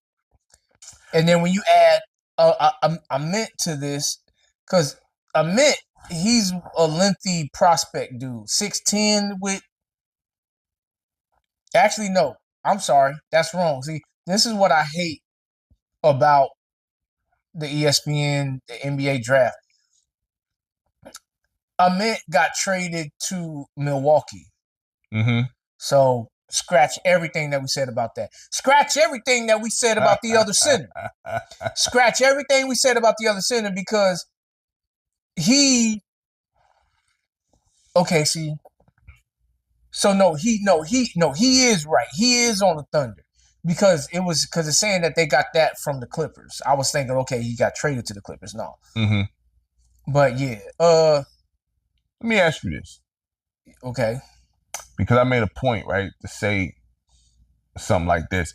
Because when there's a team like when you cap strap, right, kind of like how Miami is, sort of, you know what I'm saying, and when you don't really got no directions, this is what your G League is for. So this is the thing, right? Because I feel like this. There's a lot of hungry players out there that's looking for a chance to play and show what they can do, and you don't got to pay them that much, especially when you cap strap. You know, if you need a point guard, why not go to your G League and look for somebody who's dying to prove themselves that they can play? Yeah, but they don't make real point guards anymore. Like, I would be trying to find... Like a center, like, because... I would be hunting wherever Cassius Winston is at. Mm-hmm. I would be, look, we got a spot for you right here. We got a spot because I don't understand for the life of me, it gets on my nerves. How in the world Cassius Winston, when he was at Michigan State, mm-hmm. you remember any of his teammates? No. Now, what year was that? I know Cassius Winston is, fam. That was the year of Zion at Duke. Okay. But anyway, Cassius Winston, with his teammates that he had, mm-hmm. beat the Duke team that featured Zion Williamson, Cam Reddish, and R.J. Barrett. I mean, you know how this go, man. You know what I'm saying? Like it's just hilarious to me that they did the same thing with the point guards they did to the center. Would you agree with that? I would say to a degree, because not completely to the center, because the likes of Mitchell Robinson still exists.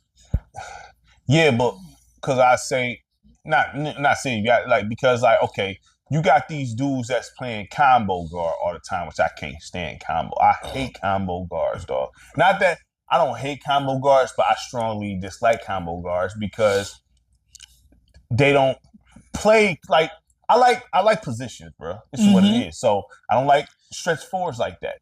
Did you like Boris Diaw? Boris, well, he was one of the first big dudes that can. Well, I ain't gonna say one of the first. Boris, but he could handle and kind of like run the offense. Dog, Boris was such a strange player to watch because he was like one of the first of that kind. Like Boris Diaw was a strange player though. I was like, because he didn't look like he was live like that, but he was nice though. That's what I'm saying. Boris Diaw was nice though. That's what I'm saying. You up, like, but he was a big dude that played like a point guard. He was nice out of shape too. I know. Skinny, like, I know. So he kind of like Nicholas Batum. Batum was nice, but he didn't run the. Boris Diaw, is weird, right? Because it's like you should be able to stop him, but you can't.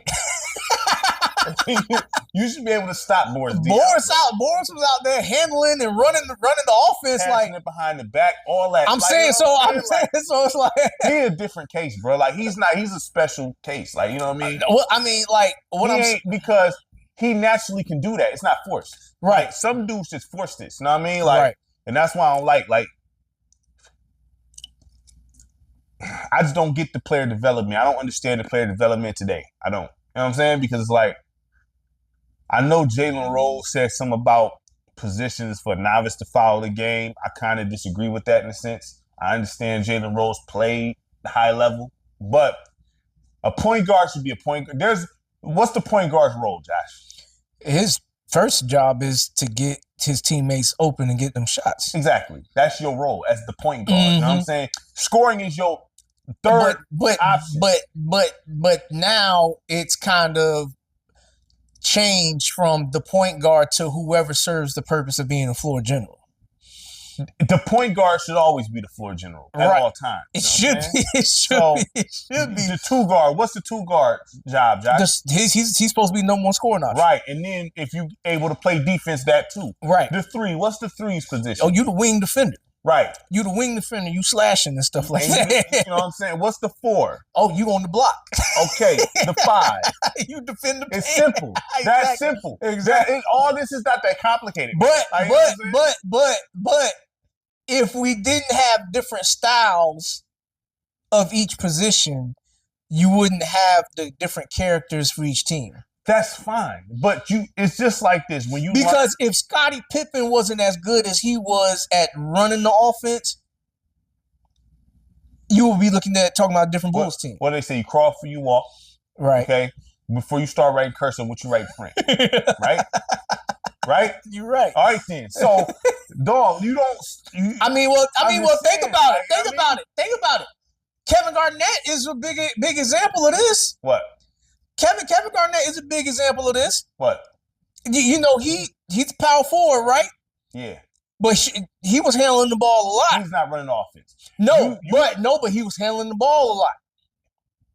It's one thing to handle the ball. It's one thing if you catch it on the block, swoop, drive. That's not, you know what I'm saying? That's not. And he was one step inside the 3-point line shooting. Swoop, drive. You know what I'm saying? He was one step inside the 3-point line. Where is he going? He's going to the basket though. But he's not one step inside the free throw line shooting.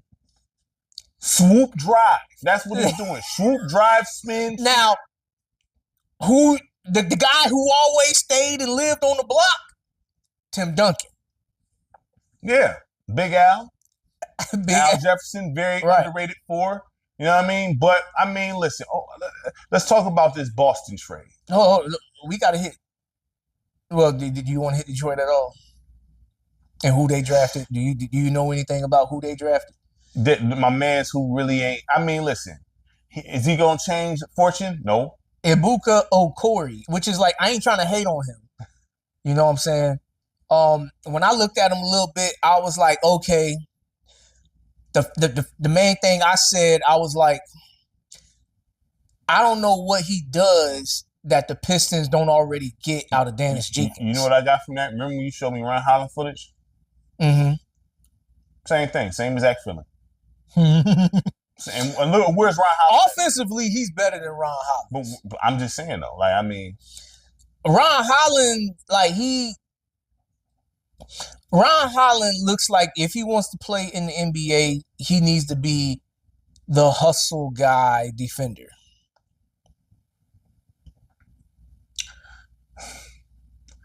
Look here, man. Detroit didn't do nothing, fam. All right, all they did was give away stuff. They didn't do nothing. Like, I mean, you gave away Isaiah Stewart for nothing, pretty much. Just call that what it is. You know what I'm saying? Well, actually, no, because they got 3 second-round picks out of that, and they used 2 of those picks to get the Isaiah Joe cat from off of Oklahoma City. So they got a sharpshooter. What is Isaiah Joe's going to do to change anything for us? And he's going to be essentially he should be a better version of Duncan Robinson. Okay. After what everybody else done did, and you say Isaiah Joe? Well, I'm just you said no. You said they did nothing. They didn't. You said they did nothing. I'm just saying. No, the difference is Isaiah Joe is still a young player. Duncan is in his 30s. Fam, we didn't do nothing. I know that's not. I mean, they still haven't answered the question. Bro, like, you got Duren out here frustrated for that, which is on himself. Like, right. Duren, you listen. There's no way I could be in the front office, and I'm the one. I'm talking as the guy who's signing the checks here. Not the coach. We just moving on to free agency. Let's go ahead. No, we still on Detroit. Yeah, I know, but this is free agency now that we talking. Because Duren did nothing in the playoffs. Mm-hmm. Absolutely, he did run up and down the court. That's all. He didn't do anything. Like, he didn't do any. Like, he got cardio. This was the time to show why you had Jared Allen out here looking like he was all.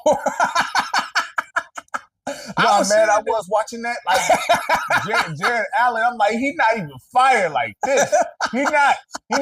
Jared Allen's not cold like that, bro. You've seen it against the Knicks. Like, if that was Evan Mobley, I can understand it a little bit better because Evan Mobley actually got skills. But Jared Allen was tripping, dog. He over here spinning off the pivot, all that. But he was getting outplayed by Wendell Carter. Look here, man. He got dunked on by my man's from. That was bad. Yeah, I mean, I probably would have pulled that up. Like, you asked for what? Hold on, let's zoom in on this. How much you asked for, fam? Look at this. Like, you asking me for how many millions? Listen, man. He did not deserve, like, and I'm not even wanting you to deserve, but fam, at what point in the playoffs where it mattered did you have the audacity to ask for what you asking for? A max? You're not getting the max. You know what I'm saying? I don't know what makes you think you're getting the max. Like, explain to me what this was in the playoffs. It's based off of the regular season accomplishments. I'm talking to you and the agent, both of y'all. Mm-hmm. You explain. Let's play all this. We got the highlights right here, 4K. You know what I'm saying? We gonna play every game. Tell me, what was this? What was up with this? Tell me. Yeah, exactly. You know what I'm saying? That's. I mean, you heard what Gilbert Arenas did. What Gilbert Arenas? He had like a whole spinning dial of negative responses about. And he was like, "Well, let's see where we land on that."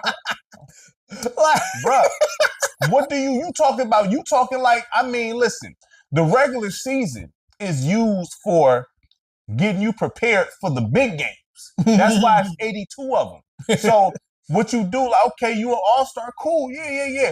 It really don't matter because once the playoffs come, it's 0-0 now. The fact that he made one of those all-defensive teams, it boosts his eligibility for getting paid for a certain amount of money. Which is, look, if I'm Detroit, okay, you feel like you're going to get that? Then go get it where you're going to get it at. Because you ain't getting it here. Listen, I would tell him straight up, like, dude, I don't know what you think this is. We trying to win a championship. So you do all of that in preparation because the games count once we in the playoffs. I mean, they count during the season. It's 0-0 in the playoffs. This is another season here. Right. Okay, so all of that don't mean nothing once we get here. Congratulations. You know what I'm saying? But we in the playoffs now. We need that times 10 now. Right. Seriously. Mm-hmm. That's what they say stars is made in the playoffs. Right. Not in the regular season. In the playoffs. And you did nothing. Cade showed what he had. Even a sword. He made up for That's His defense, dog. yeah, but offensively he was Jalen Duren. His defense, he wasn't out there just bumming it out. He was trying out there. Right. Yeah. Anytime he make a mistake. I mean, the one thing that I'll say about Asar, if he would look to try to score, he would be a completely different player. I hear you, but what I'm not going to get mad about is I'm going to do what I'm good at out here, the best of my ability. I'm not going to be mad at that. You know what I'm saying? But he was out there giving his all out there. I'm not mad at him. And you know, I'm not mad at him either, but to take his game to the next level, he has to score. 100%. He needs to look to score because he would have the ball and have the space, not at the perimeter. He would be in the mid range. Him and his brother need that. If they some sort of but his brother puts up numbers still in athletic form. Right. Like, he could do that. Yeah. So that's what he could do. That's what separates them two. Right. Because a man would drive, dunk, layups, all that. Right. If he would have gave Detroit that. But us losing is not on him. No, it's not on him. It's because Asur was out there guarding, doing right. It's not on him. He had something positive to say about the game. Did nothing like that. So we're not going to slide off Duren and talk about it. Asur, yeah, you need to get your offense right. You know what I'm saying? But we're not letting you go here. Right. Duren, you did nothing. Right. No second chance points. No scoring down low. No blocks. You getting dunked on by Jared Allen. You get dunked on my man from the Magic. Right.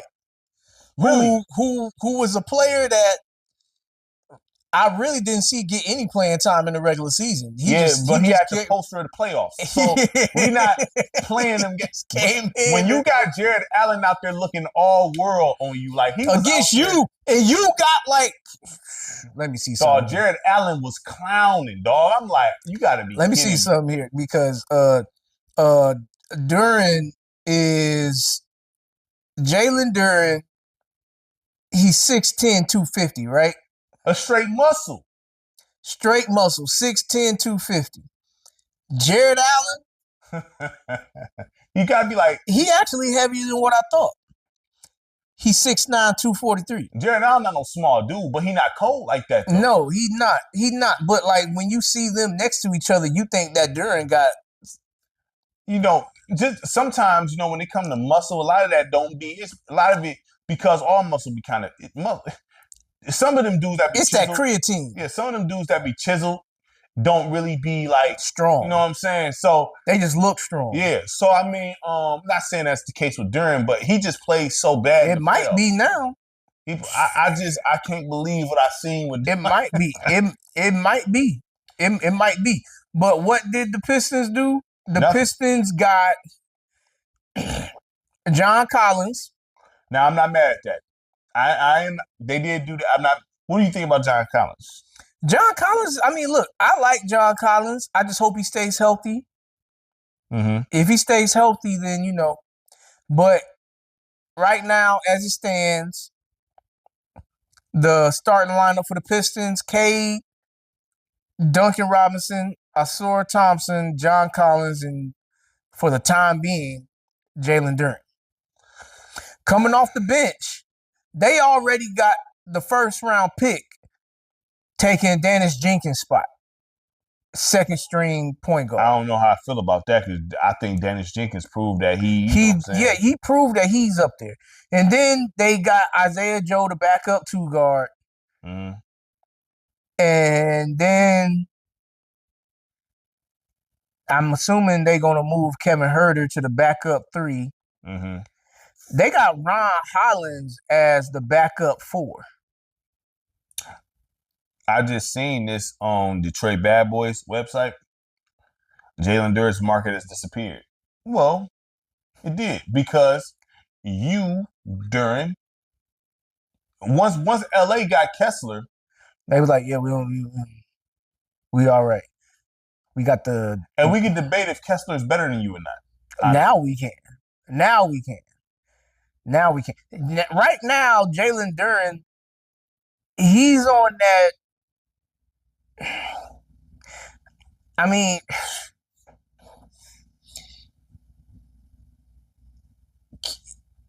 I really hate to say this, but like it's kind of like one of those things where you looking at Rudy Gobert and you like, No, it's like that. yeah, But at least Rudy Gobert, when you look at Rudy Gobert in the playoffs, he showed more than that.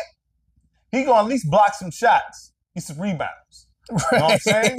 Like something. You know what I mean? So I don't know. You know, if your master plan was going to LA, that's gone because once they got Kessler, they don't need you. Yeah, they don't need you. They don't need you. That's it. I mean, his market. He going to take that. He going to take that offer from Detroit. Otherwise, I mean, look. If I'm Detroit, I kind of don't want him in the building now.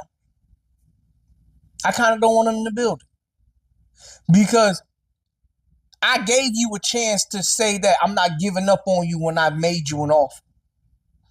You felt like you was worth more than that. so with who? Okay, so if don't know other team because if the market is dried up for him. And what that means is that he's not getting what he wants. Right. So because there's teams that will still use him. Right, but he didn't turn like if anybody watched that in the playoffs, nobody's going to pay him a max, right? No, but like I said, the one thing that he has going for him is that he's still, 21, 22? Yeah, he young him up. He still has that going for him. He still has that going for him. He still has his athleticism. He still has those things going for him. So he's on the path of getting traded to one of those young teams that need to grow together. Like the Utah. I'm about to say, so if the you Utah, if you if you can would you trade try to him, get at him? if you can, well, for Utah, Yeah, I would, and I would try to get off of Markkanen's contract. that's not a bad deal for Detroit. No, it's not a bad deal for Detroit at all. I would do that. I would do that. I think that's good for both. But like you said, what Utah's problem is keeping those players in the building when the contract up. But if you sign him to a long-term, whatever the deal, not saying that he gets the max money, but you sign him to a 4-year contract, that gives him time to re-show his value. Because if he's 22 now, by the time he finishes out that contract, he's 26. He's in prime. Right. So he'll be able to show that he's worth something and then be able to go where he wants to go or get traded where he wants to get traded by the time his next extension comes up.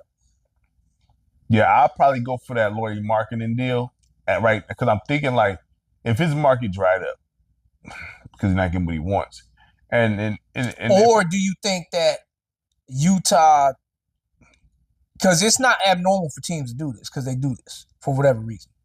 Do you think Utah would give y'all Ace Bailey? Well, only reason why I would say possibly because he never wanted to go there anyway. Right. He never wanted to go there anyway. I have a hard time believing Ace Bailey is going to stay there. I have a hard time believing that because he never wanted to go there. People can change their mind. You know what I'm saying? But a player that's black in Utah, I don't know about that. So, I mean, I would try it because I think Ace Bailey cold, in my opinion. You know what I'm saying? Right. I'd try it, but I'd be more so trying to get a big man, though. Yeah. To fill that gap. You know what I'm saying? Like, but Markkanen is not the big man that you want, neither. But he can go down, he can score down low, though. He can score. So, like, if you get Markkanen, you can either slide him to the 3 or have John Collins be the backup 4. I would try. That's where the negotiations come in at. I'll be shooting for Ace Bailey first because I have a feeling they're gonna say no. But I think Lauri Markkanen would be a little more easier to get because I can go off what you said. Look, you got this young. You throw Duren there, they all can grow together. Y'all can, you know what I'm saying? Mm-hmm. Lauri Markkanen is not gonna be able to grow with these guys. Duren can though. You know what I'm saying? And then that'd be a nice little situation. Duren, Jared Jackson, Ace Bailey, and all them. That'd be a hard team to deal with. You know what I'm saying? Yeah, it's got the ring of a team that when they figure it out, that's gonna be a problem. You know what I mean? does. But right now, Duren is one of the biggest dominoes that needs to fall for other things to start happening. Yeah, I mean, at this point, it didn't kind of. I see what you're saying by not wanting to bring it back. It don't went too bad publicly. All this standoff talk and all this, you trying to. This is not good. It could possibly mean problems with your teammates too, because it's like you want to leave because of, you know what I'm saying? And you didn't even, because don't think teammates is like, you asking for what? Right. And you did this? Right. Don't think, if I'm Kane, I'm thinking like, bro, I couldn't even hit you with the pick and roll. We ain't even doing what we was doing in the season. I'm looking for you. Do you see me out here? Right. If he just had to pick and roll. If he just had that simple thing. He ain't even had that. Kane was out there looking exhausted, bro. Yeah. He was out there looking exhausted. Yeah, it's kind of crazy. So I don't know. Okay, so I'm pulling up the other moves that's happened. Mm-hmm. Okay, so let's go with. Okay, so let's work our way up the ladder. Okay. So the first big move that happened officially was Giannis getting traded to Miami. I mean, that move right there. I know that's the splash, but I'm like, I still don't think that's like Miami they don't got it. To me, that's Miami is like a couple years late. A couple years late. Yeah, I mean, because if they would have gotten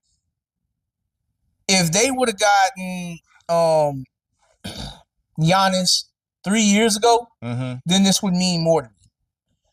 Yeah, because with Bam's play style and Giannis' play style, I just still don't see like this ain't no championship team, right? And then they don't even have No, I don't. I mean, they go, and then Giannis injury prone now. He stay hurt.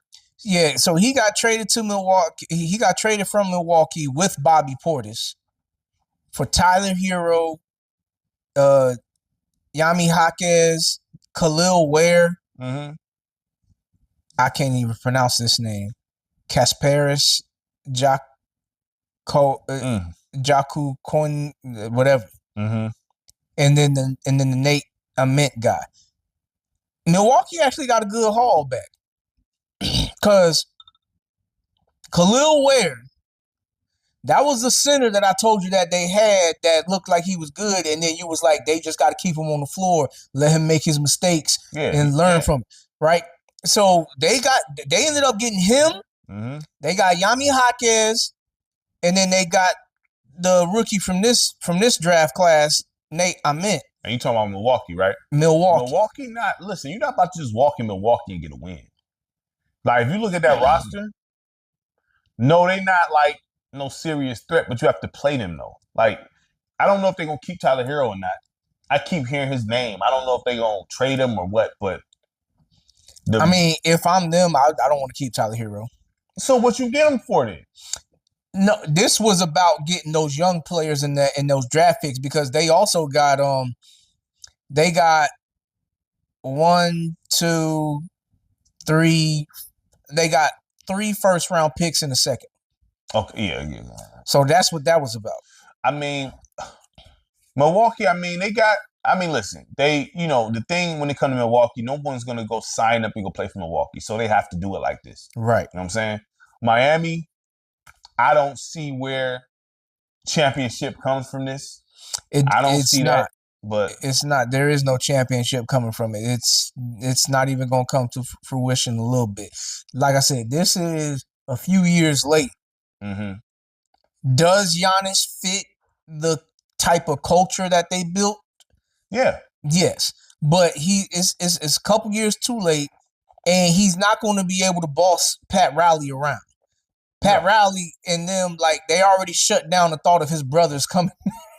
These players know who to do that to, though. Right. They know. They you know what I'm saying? Like, Brian, even to a certain degree, he know who to do that. He can't, you know what I'm saying? Like, it's just what it is. So that's probably part of the reason why he only stayed in Miami for 4 years. Pretty much. So it's like, even though that was his best situation. The best situation when you talk about a front office wise. Oh yeah. I'm about to say. I mean, well, yeah. I mean, Cleveland wasn't bad with Kyrie in there. No. I'm talking about with the office.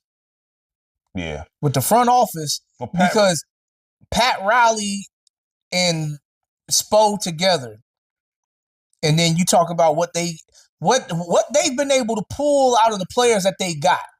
Pat Riley won the greatest. I mean, he wins everywhere. So I mean, he knows. Say what you want about him, but he knows what to do and how to win. You know what I'm saying? So Miami, I just don't think they're going nowhere, fam. They ain't going nowhere. Honestly, I'll be surprised if they make the playoffs. I don't see them being more than a playing team. Yeah, we're going to see how this roster filled out, but I just don't. I mean. And yeah, we already talked about LaMelo Ball trade to Minnesota a little bit. I mean, it really with that is just, it's really, if LaMelo plays, poise, and all that, but I still feel like Minnesota, they still need some more to win the championship. So. And everybody around them getting better, and they're not really exactly getting better like that. I mean, the LaMelo move, I get it to release to kind of, with Ant, we're going to see how this play out. With Ant being on single coverage all the time, it might make a big difference. I don't know. It should. You know what I'm saying? It should make a big difference. And then the next big move that happened after that, Ja Morant traded to Portland for Jeremy Grant and Chris Murray. Now, Chris Murray is Keegan's brother. Yes. Jeremy Grant. Well, this trade pretty much came about because they've been trying to trade Jeremy Grant for a while now. You know what I'm saying? Yeah, because look, Jeremy Grant got paid off of the time that he had in Detroit. Yeah, he was doing his thing. I would love to have Jeremy Grant back. I would love to have Jeremy Grant back, man. So, I mean, look, as it is right now, Portland's lineup is, so they got Ja slotted at the ones, Dame at the 2, Tumani Camara at the 3. I was surprised. I would have thought that would have been Shaden Sharp. Then 4 is the young player that they got that be acting the fool. Then he at the white guy. Yes. Whatever he is. You know what I mean? Whatever he is. And then they got Donovan Clingan at the center with Robert Williams backing him up. Scoot backing up Ja. Drew Holiday backing up Dame. I mean, listen, that, like, honestly, if that stay pat, that's not a garbage team there. If Drew, I don't know if Drew Drew at this point probably should come off the bench, but I mean, because you got to have a bench. I believe in having a bench. So if you got Scoot and Jock or Drew coming off the bench, Portland is not an easy win. Scoot, Drew, Shaden Sharp with Robert Williams.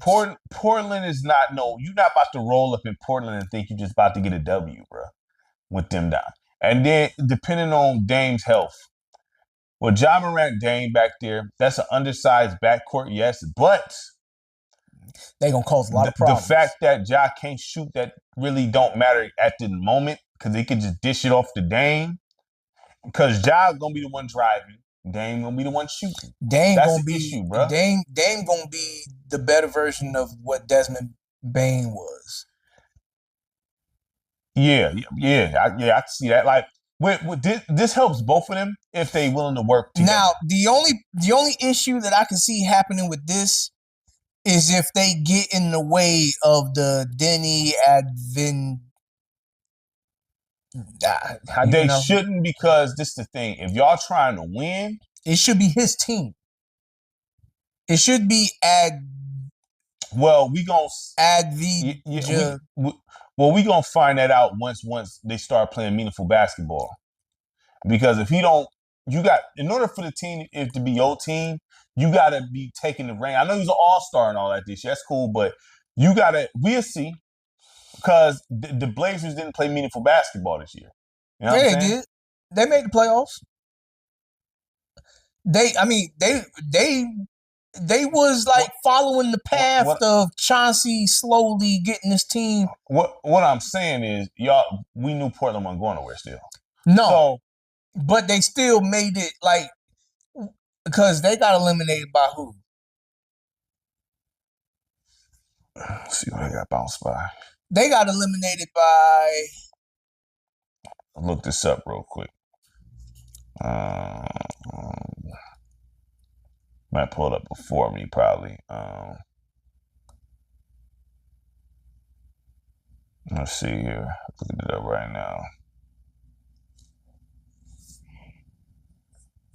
Playoffs. Okay, so they was number 7 seed. Oh, they played against San Antonio. And they lost 4-1. They lost 4-1. Yeah. So, look, my man's is good. White dude, he cold. But bringing Ja over there saying, like, look, we trying to win. Elevate. Yeah, so Ja, say what people can say they want to say about Ja, but when he's healthy, he affects winning. Right. In a positive way. Exactly. So, and with Dame over there, you know, though Dame, when he was the main guy, we knew who really was the catalyst of him getting to the conference finals. That was CJ McCullough. You know what I'm saying? Right. So now Dame, he has a guy, like, you know what I mean? Again, so with Ja Morant, that takes a lot of pressure off Dame. He can kind of play free. You know what I'm saying? Portland should be better than what they was last year if they healthy. Yeah. My man's, we gonna see. Like I said, I'm not saying we gonna see if he's ready for that role yet. We gonna see. All right. Okay.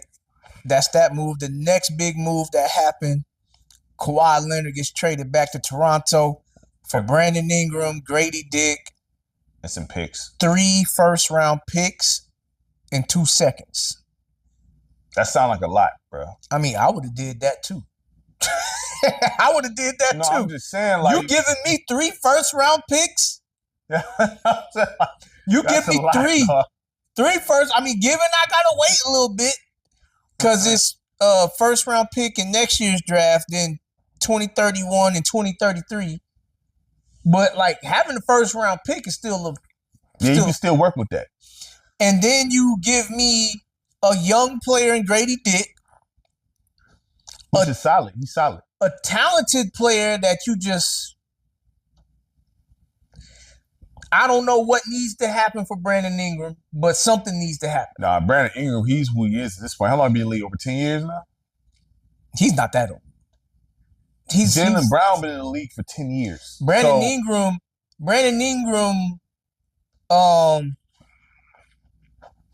shoot. You might be right about that. Let's see, because Brandon Ingram, man. Brandon Ingram was on that. He was on that OG Lakers team. So he been, you know what I'm saying? Right, like, he been in the league for a minute. In the league for what? He was with LA for 8 years. So I mean, you know, Brandon Ingram, he's who he is at this point. I think because remember they was trying to. It's kind of like this.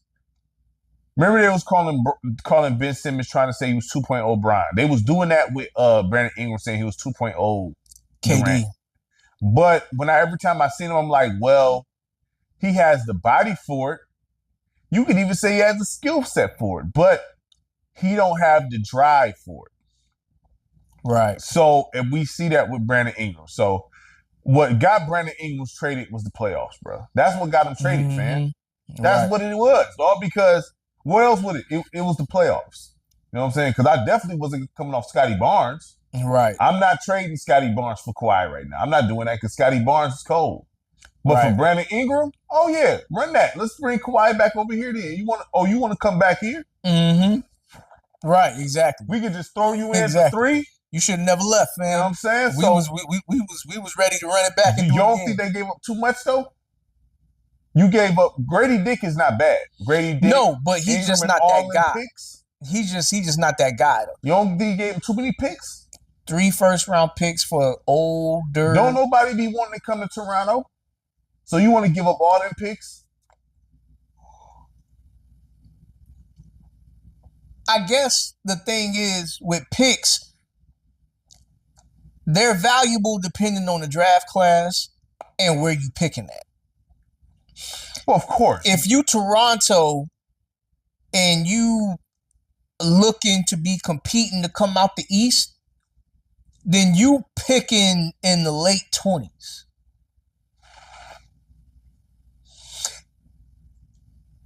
This has been one of the strongest draft classes in a while. It has, yes. And we seen all the real legit franchise-changing dudes still went in the top 5, top 10. Yeah.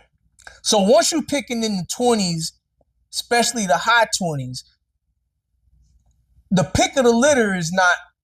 Nah, of course. So I'm not saying that it's wrong to not value your first round picks, but if you know you're gonna be picking in the late 20s, then it makes more sense to me to package a bunch of those together to get somebody that you think is gonna make a big difference for you.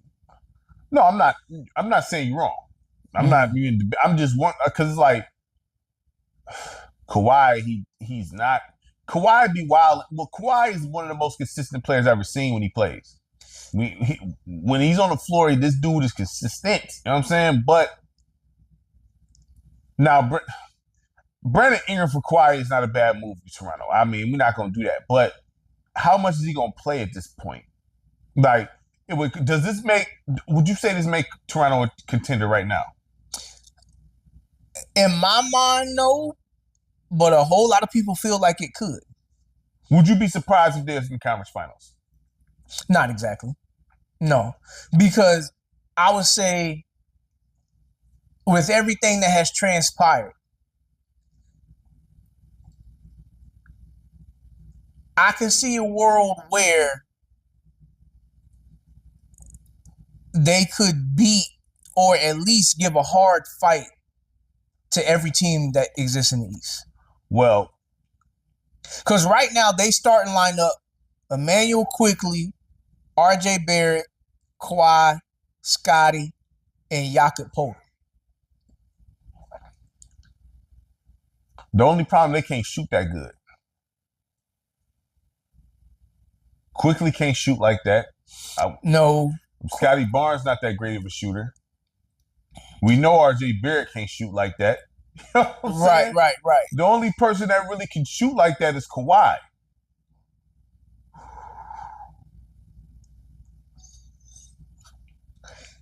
Yeah. And that's from the midi. Yeah. So I can see where they have a hard time scoring in a sense. Would you agree with that? I can see that too. So, I mean, that's what I mean. I mean, look, I said to me in my eyes, this doesn't mean they compete for the title, but I can see them giving a lot of teams a hard time. Oh no, I think they'd be a good defensive team, definitely. Okay, now let's get to the big joints, and we'll include in this one of the players that they signed. But Jaylen Brown traded to Philadelphia for Paul George and 2 first-round picks and 2 second-round picks. Detroit could have afforded that. They could have gave him Durham, bro. Orlando paid 4 first-round picks for Desmond Bane. That's your man's. That's your man's, dog. No. Look, we could have. I would have even, like, it wouldn't have been my first choice. But if they would have been like, give us Paulo, I would have been like, dang it, doggone it. And then, like, you know how you hit accept on some of those joints and you close your eyes? Yeah. That would have been me. I would have been like, accept. I mean, I just told Paulo, like, look, man, you understand. It's a chance to get Jaylen.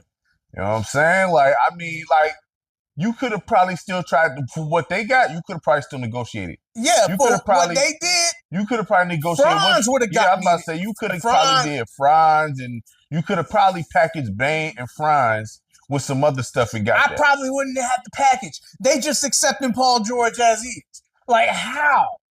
dog. Because whatever happened behind the scenes, but see, that's why I don't like when they be trying to call people geniuses and all of that. Because it's like, this isn't a genius move, bro. Like, what do you? So, Paul George, a lot of people trying to, what I see what they're doing in the media, they trying to spin this. Well, it's the draft picks. You got 2 first rounds and 2 second rounds. Dog, cut it. You just broke down the draft picks, didn't you? So, okay. I don't get the Paul George thing. Because what is Paul George going to do to help Boston? I don't know, because even when Paul George is healthy, he don't show up in the biggest games. The best version of Paul George is Indiana. And guess who his running mate was? Danny Granger. So, you know what I'm saying? Like, he had Danny Granger rolling with him. You know what I'm saying? So he was picking up some of the slack. Yeah, that was the best Paul George, the Pacers Paul George. But you know what? They said that this is comparable to Dallas trading Luka. Yes, it is. Well, you think it's not? It definitely is. I mean, come on, fam. Like, really? Like, what is y'all like? So this was all personal. This was personal because somebody said this. Now, see if you agree with this. I forgot who said it, so I can't get a credit like I want. But somebody said if Jason Tatum would have stepped in front of that, they wouldn't have did it. If Jason Tatum would have vouched for Jaylen Brown, they would have never did it. Do you agree with that? I do. I agree with that. But Jason Tatum,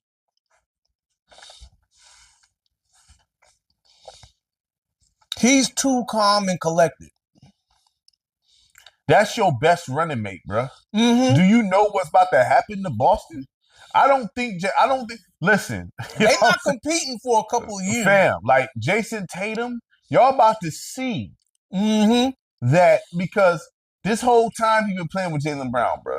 Y'all want to say, "Oh, Jason Tatum better than Jaylen Brown." I don't agree with that, and we about to find that out real quick. Oh, we about to find that out real quick. Seriously, we about to find that out fast. Like, hold on. Nah, because guess what? I think I'm not gonna say this, but Philly still got to make some more moves. I still feel like Joel Embiid needs to be traded. I don't know what you think he should be traded. Most still? Definitely. He needs to be traded. You know what I'm saying? Because Philly, you got your building piece right there. So right here, they starting lineup as is. Maxey at the 1. Okay. Edgecombe at the 2. Jalen at the 3.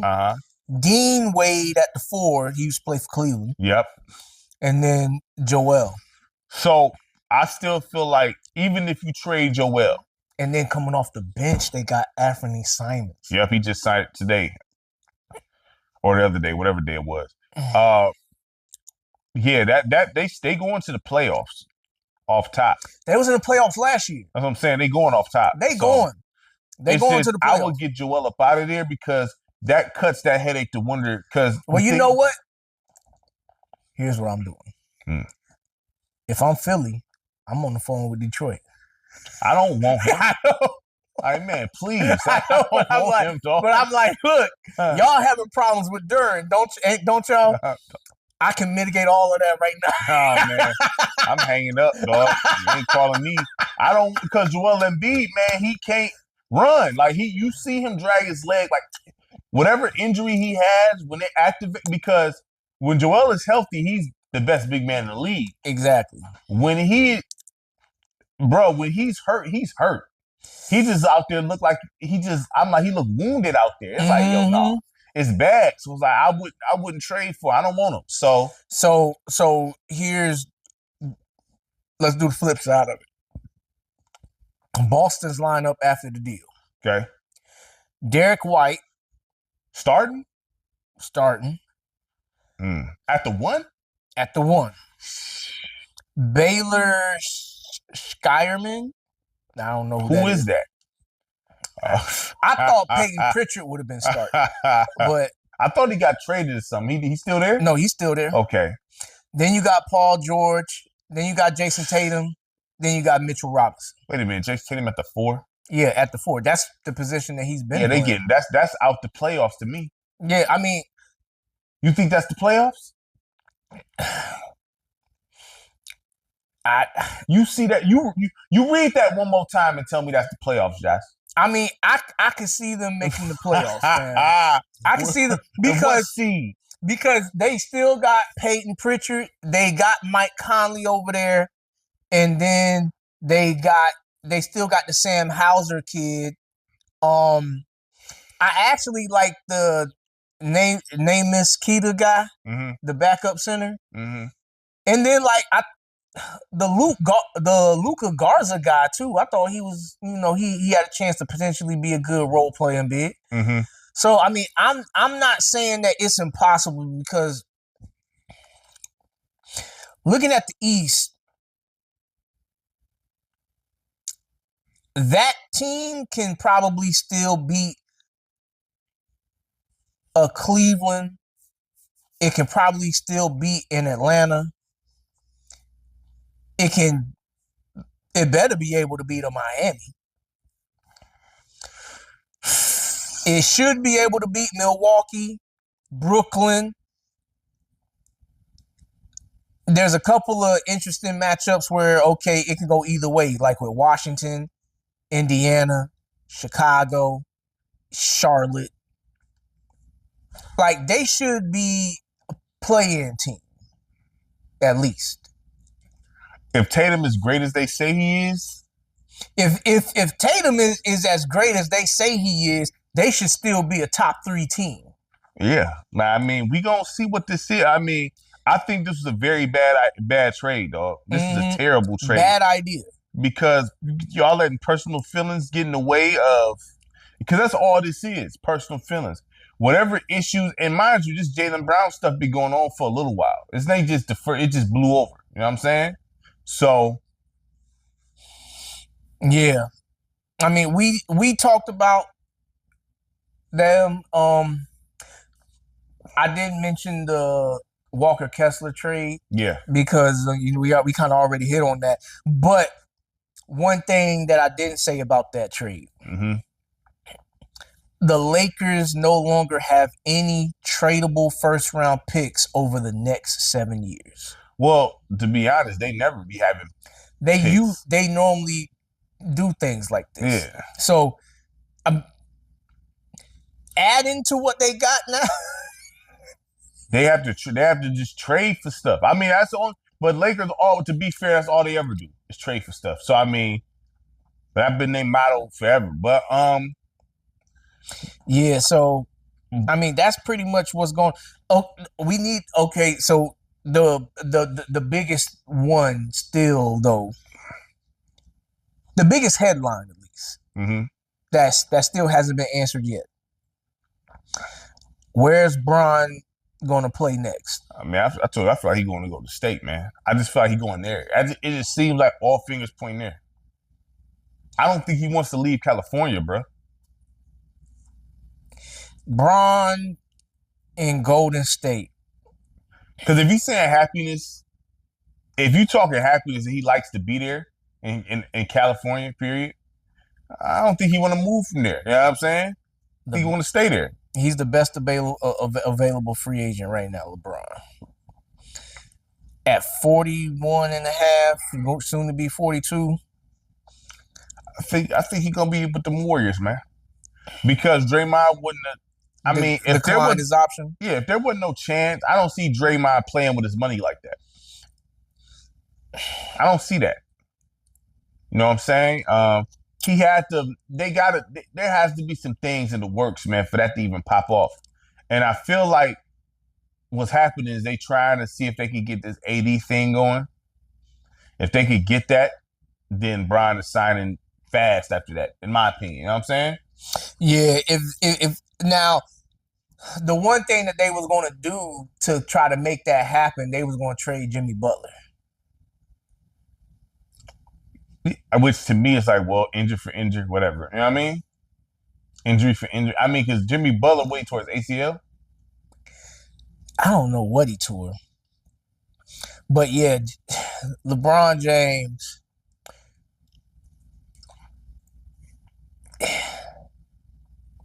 If he goes to Golden State, I don't think they're competing for a championship. That's just gonna be all it's gonna be is remember them Rockets with Charles Barkley and that's all that is. That's all that is. Clyde Drexler, Charles Barkley, and them Scotty. You know what I'm saying? That's all that is. Right. But they saying there's 12 teams that's interested in it. Maybe I mean, honestly, bringing LeBron is like this. You see a lot of LeBron James jerseys. It's what it is. Wherever he goes, he's that merch sale going up at least minimum. You know what I'm saying? Yeah. So money's gonna come in, tickets gonna go up, merch sales going up. So Brian still the price of the ticket is gonna go up. Yeah, so Brian gonna bring money wherever he goes. The price of the ticket is going. I mean, I don't honestly. I think he should have never said that he was going to continue to play somewhere else. I honestly think that LeBron should just retire. Well, you know, I mean, can he still play and be a top 20 player in this league, even the top 10 at times? Mm-hmm. Yes, that's an embarrassment on the league. But I mean, yeah, I guess so. I mean, Brian, but you gotta look at it like this. It's kind of like Bernard Hopkins when he was boxing and he's close to 50. Takes care of his body. You know what I'm saying? A lot of these dudes don't even be liking to work out, fam. So, I mean, but is there any team that you think LeBron go to makes him a contender or makes him even more? Brian not making at this point. I don't think Brian has the stamina or none of that to be making anybody. Because if he makes somebody a contender, that means things are gonna be on his shoulders. It should not be. He's supposed to just come in and kind of help. You know what I'm saying? At this point, we've seen that already. You know what I'm saying? Like, well, I'm gonna say this: if Minnesota was a realistic thing, that'd be great. He's dishing it to Ant. Oh, he'll love that. And LaMelo. Oh, LeBron averaged about 15 assists. If he goes to, let me see, who the other teams that they said. Once upon a time, I was hearing San Antonio rumors, but I don't even know if that's real. At this point with Brian, this is going to be like this. He's going to get scrutinized wherever he goes, unless it's Cleveland. He's not going to get scrutinized going back there. Any other team he go on, he's going to get flamed for, oh, he's a team hopper, oh, his legacy, blah, blah. So he's going to get fried, wherever, especially if you go to Golden State. Oh, he's getting cooked. You know what I'm saying? But I don't think it really matters, though. Look, I think if he was to go to Golden State, I think that would be just for him to have fun his last year and play with Steph Curry.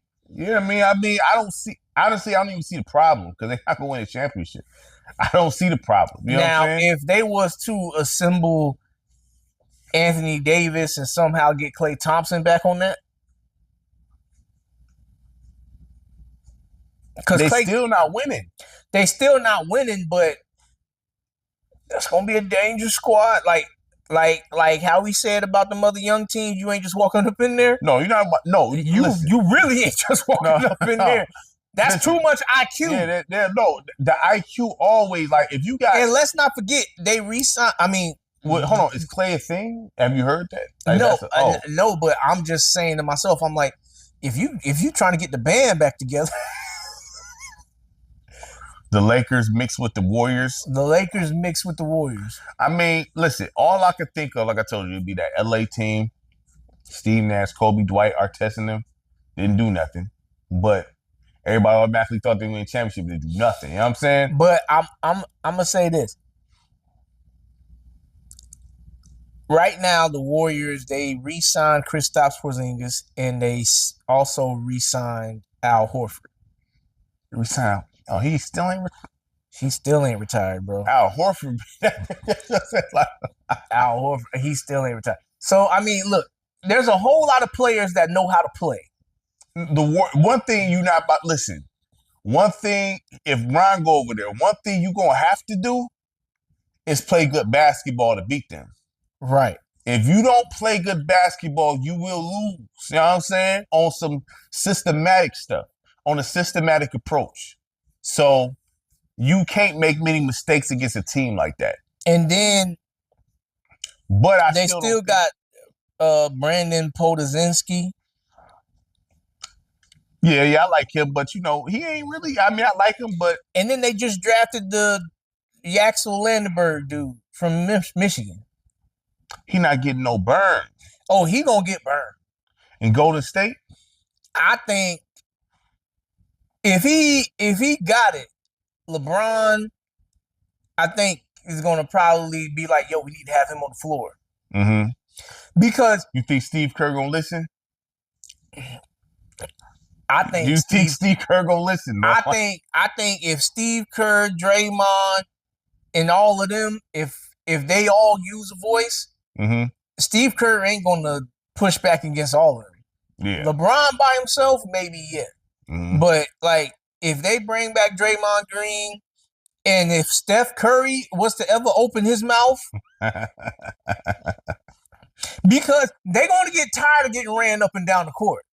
Bro, that's like I said, they gonna have to play a half court style of Absolutely. Of play. That's just what it is. Absolutely. But they offense kind of already did that.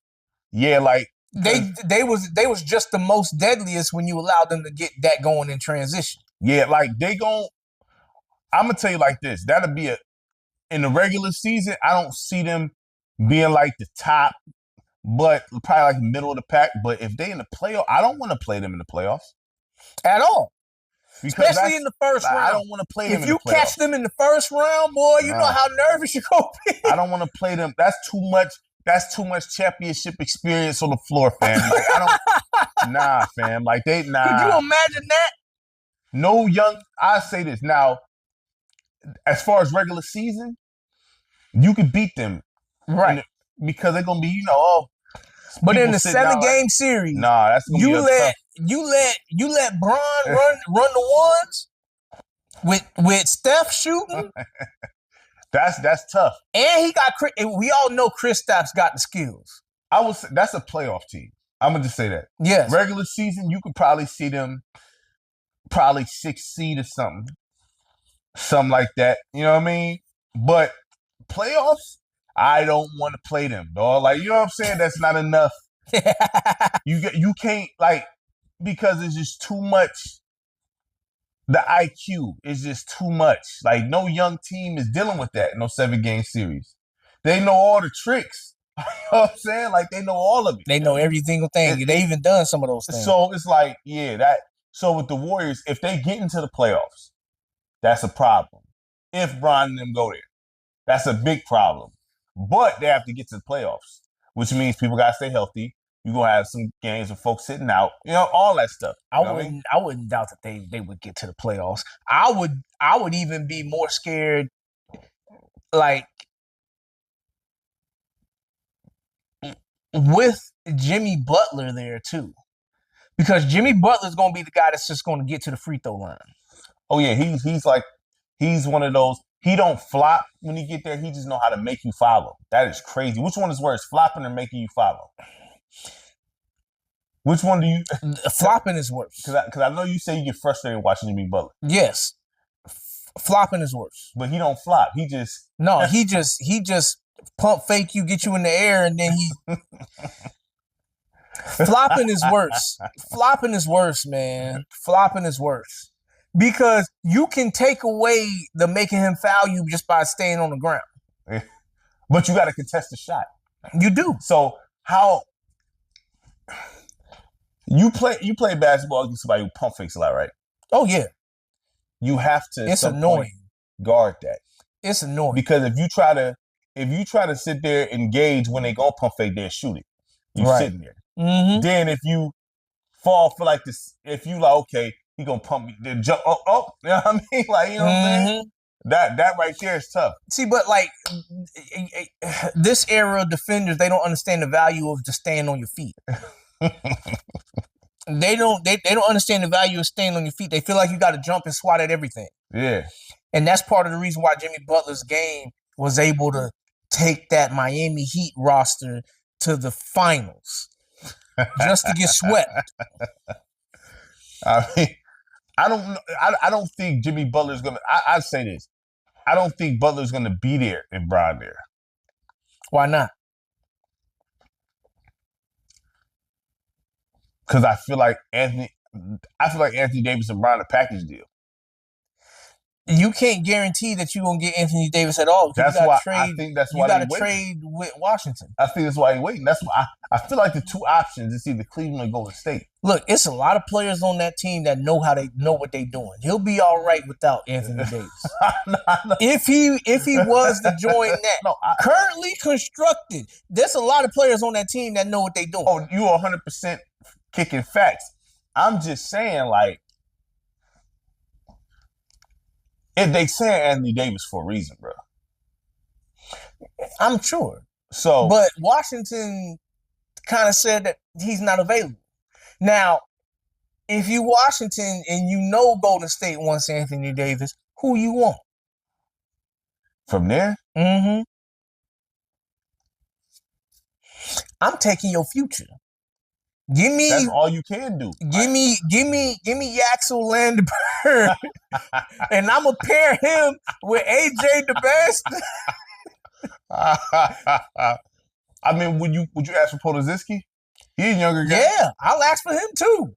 Give me Yaxel, give me Podziemski. I'm taking all your future. You're gonna have the look. You want to try to run it back with OG knowledge? We're gonna call y'all the team with all the knowledge. the team with all the knowledge. Just know when you come play against us, you better have your stamina ready because we running y'all up and down the floor. That's the tactic. That is the tactic that will work until the playoffs come. So, because the playoffs, you have to play half-court basketball. Have to. Yeah. So, I mean, look, like I said, that's what I would do. If I'm Washington and I know they want Anthony Davis, give me Yaxel, give me Podziemski. You can keep everybody else. Give me Yaxel and Podziemski and throw me a couple of first-round picks or something like that. If I can get that out of you, you can have Anthony Davis. I never wanted him in the first place. Why in the F did y'all trade for him then?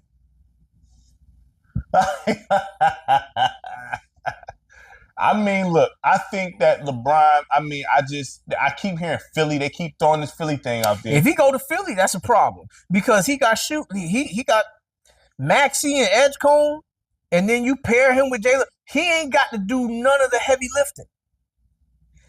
He ain't got to do none of the heavy lifting. They already got the heavy lifting going.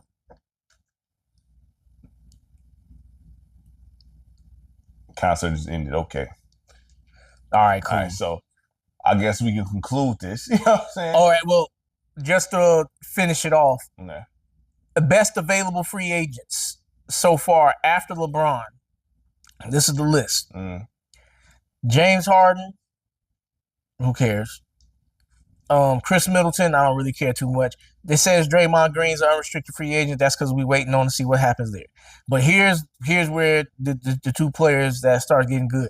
Jonathan Kuminga and Rui Hachimura. Which both of them should have been signed by now. Both of them should have been signed by now, exactly. Matisse Thybulle. Thybulle not bad. Thybulle's not bad. Gabe Vincent. He probably needs to go back to Miami because that's where he had his value at. He could replace Powell. He need to go back over there. Maxi Kleber. Those are some pretty good names. Kevon Looney. He might fall off the league. I can see him falling off the league. Not saying that he whack. I'm just saying, Detroit can use him. Detroit can use by every name on that. Seriously. Benedict Mathurin is a restricted free agent. Let me see. Nicholas Batum is still in the league. Played for the Clippers still, right? Yeah, he was for the Clippers, yeah. You remember Yabusele? France? The player that was dunking on Bron? No. What team he played for? He had played for France. Oh, you talking? You talking about in the Olympics? Yeah. Oh, okay. Yeah, him. He didn't he get a deal for Philly at one point? He had played for. He had played for Philly, and then he was on Chicago.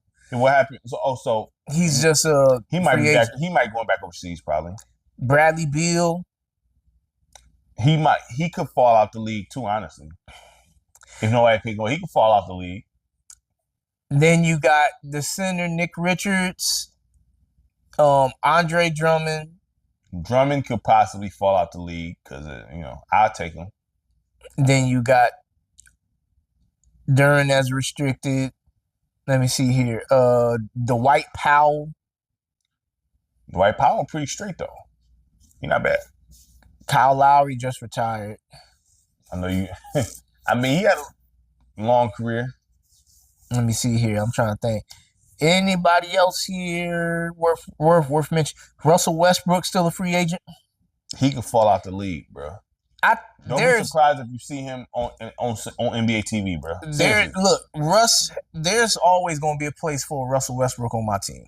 Russell Westbrook's official, but I could just see him falling out the league just on some nobody signed him type stuff. That's fine. Look, I'll take him. Gary Payton II. Oh man, yeah, he definitely could fall out the league. Honestly. Yeah, and now we get into the names of everybody that's just like bench warmers and whatnot. But yeah, that's it for the best notable free agents. Mm-hmm. So. Yeah, we got the first half of that list. All right, so we gonna get it back cracking. Get it back cracking. We gotta figure out a day. Got you. That's constant. That's consistent. Yeah. Man, that's all. That's it. Once we figure that out, we be straight. Yeah, man. All right, y'all. So I gotta go pick the wives up from the concert. So yeah. They got me doing that mess. Hey, but you're getting something out of it. Hey, no, I'm like, I need 2K for that. That's a cheap fee. You know what I'm saying? A cheap fee, man. You know what I'm saying? Yeah. Because I sure don't feel like driving at all under any circumstance. I hate driving when I ain't at work, dog. I'm serious. I drive for hours per day, all day. You know what I mean? I understand. All right, so we're going to end it here. Like, subscribe, share the content. Really appreciate it from everybody. Peace.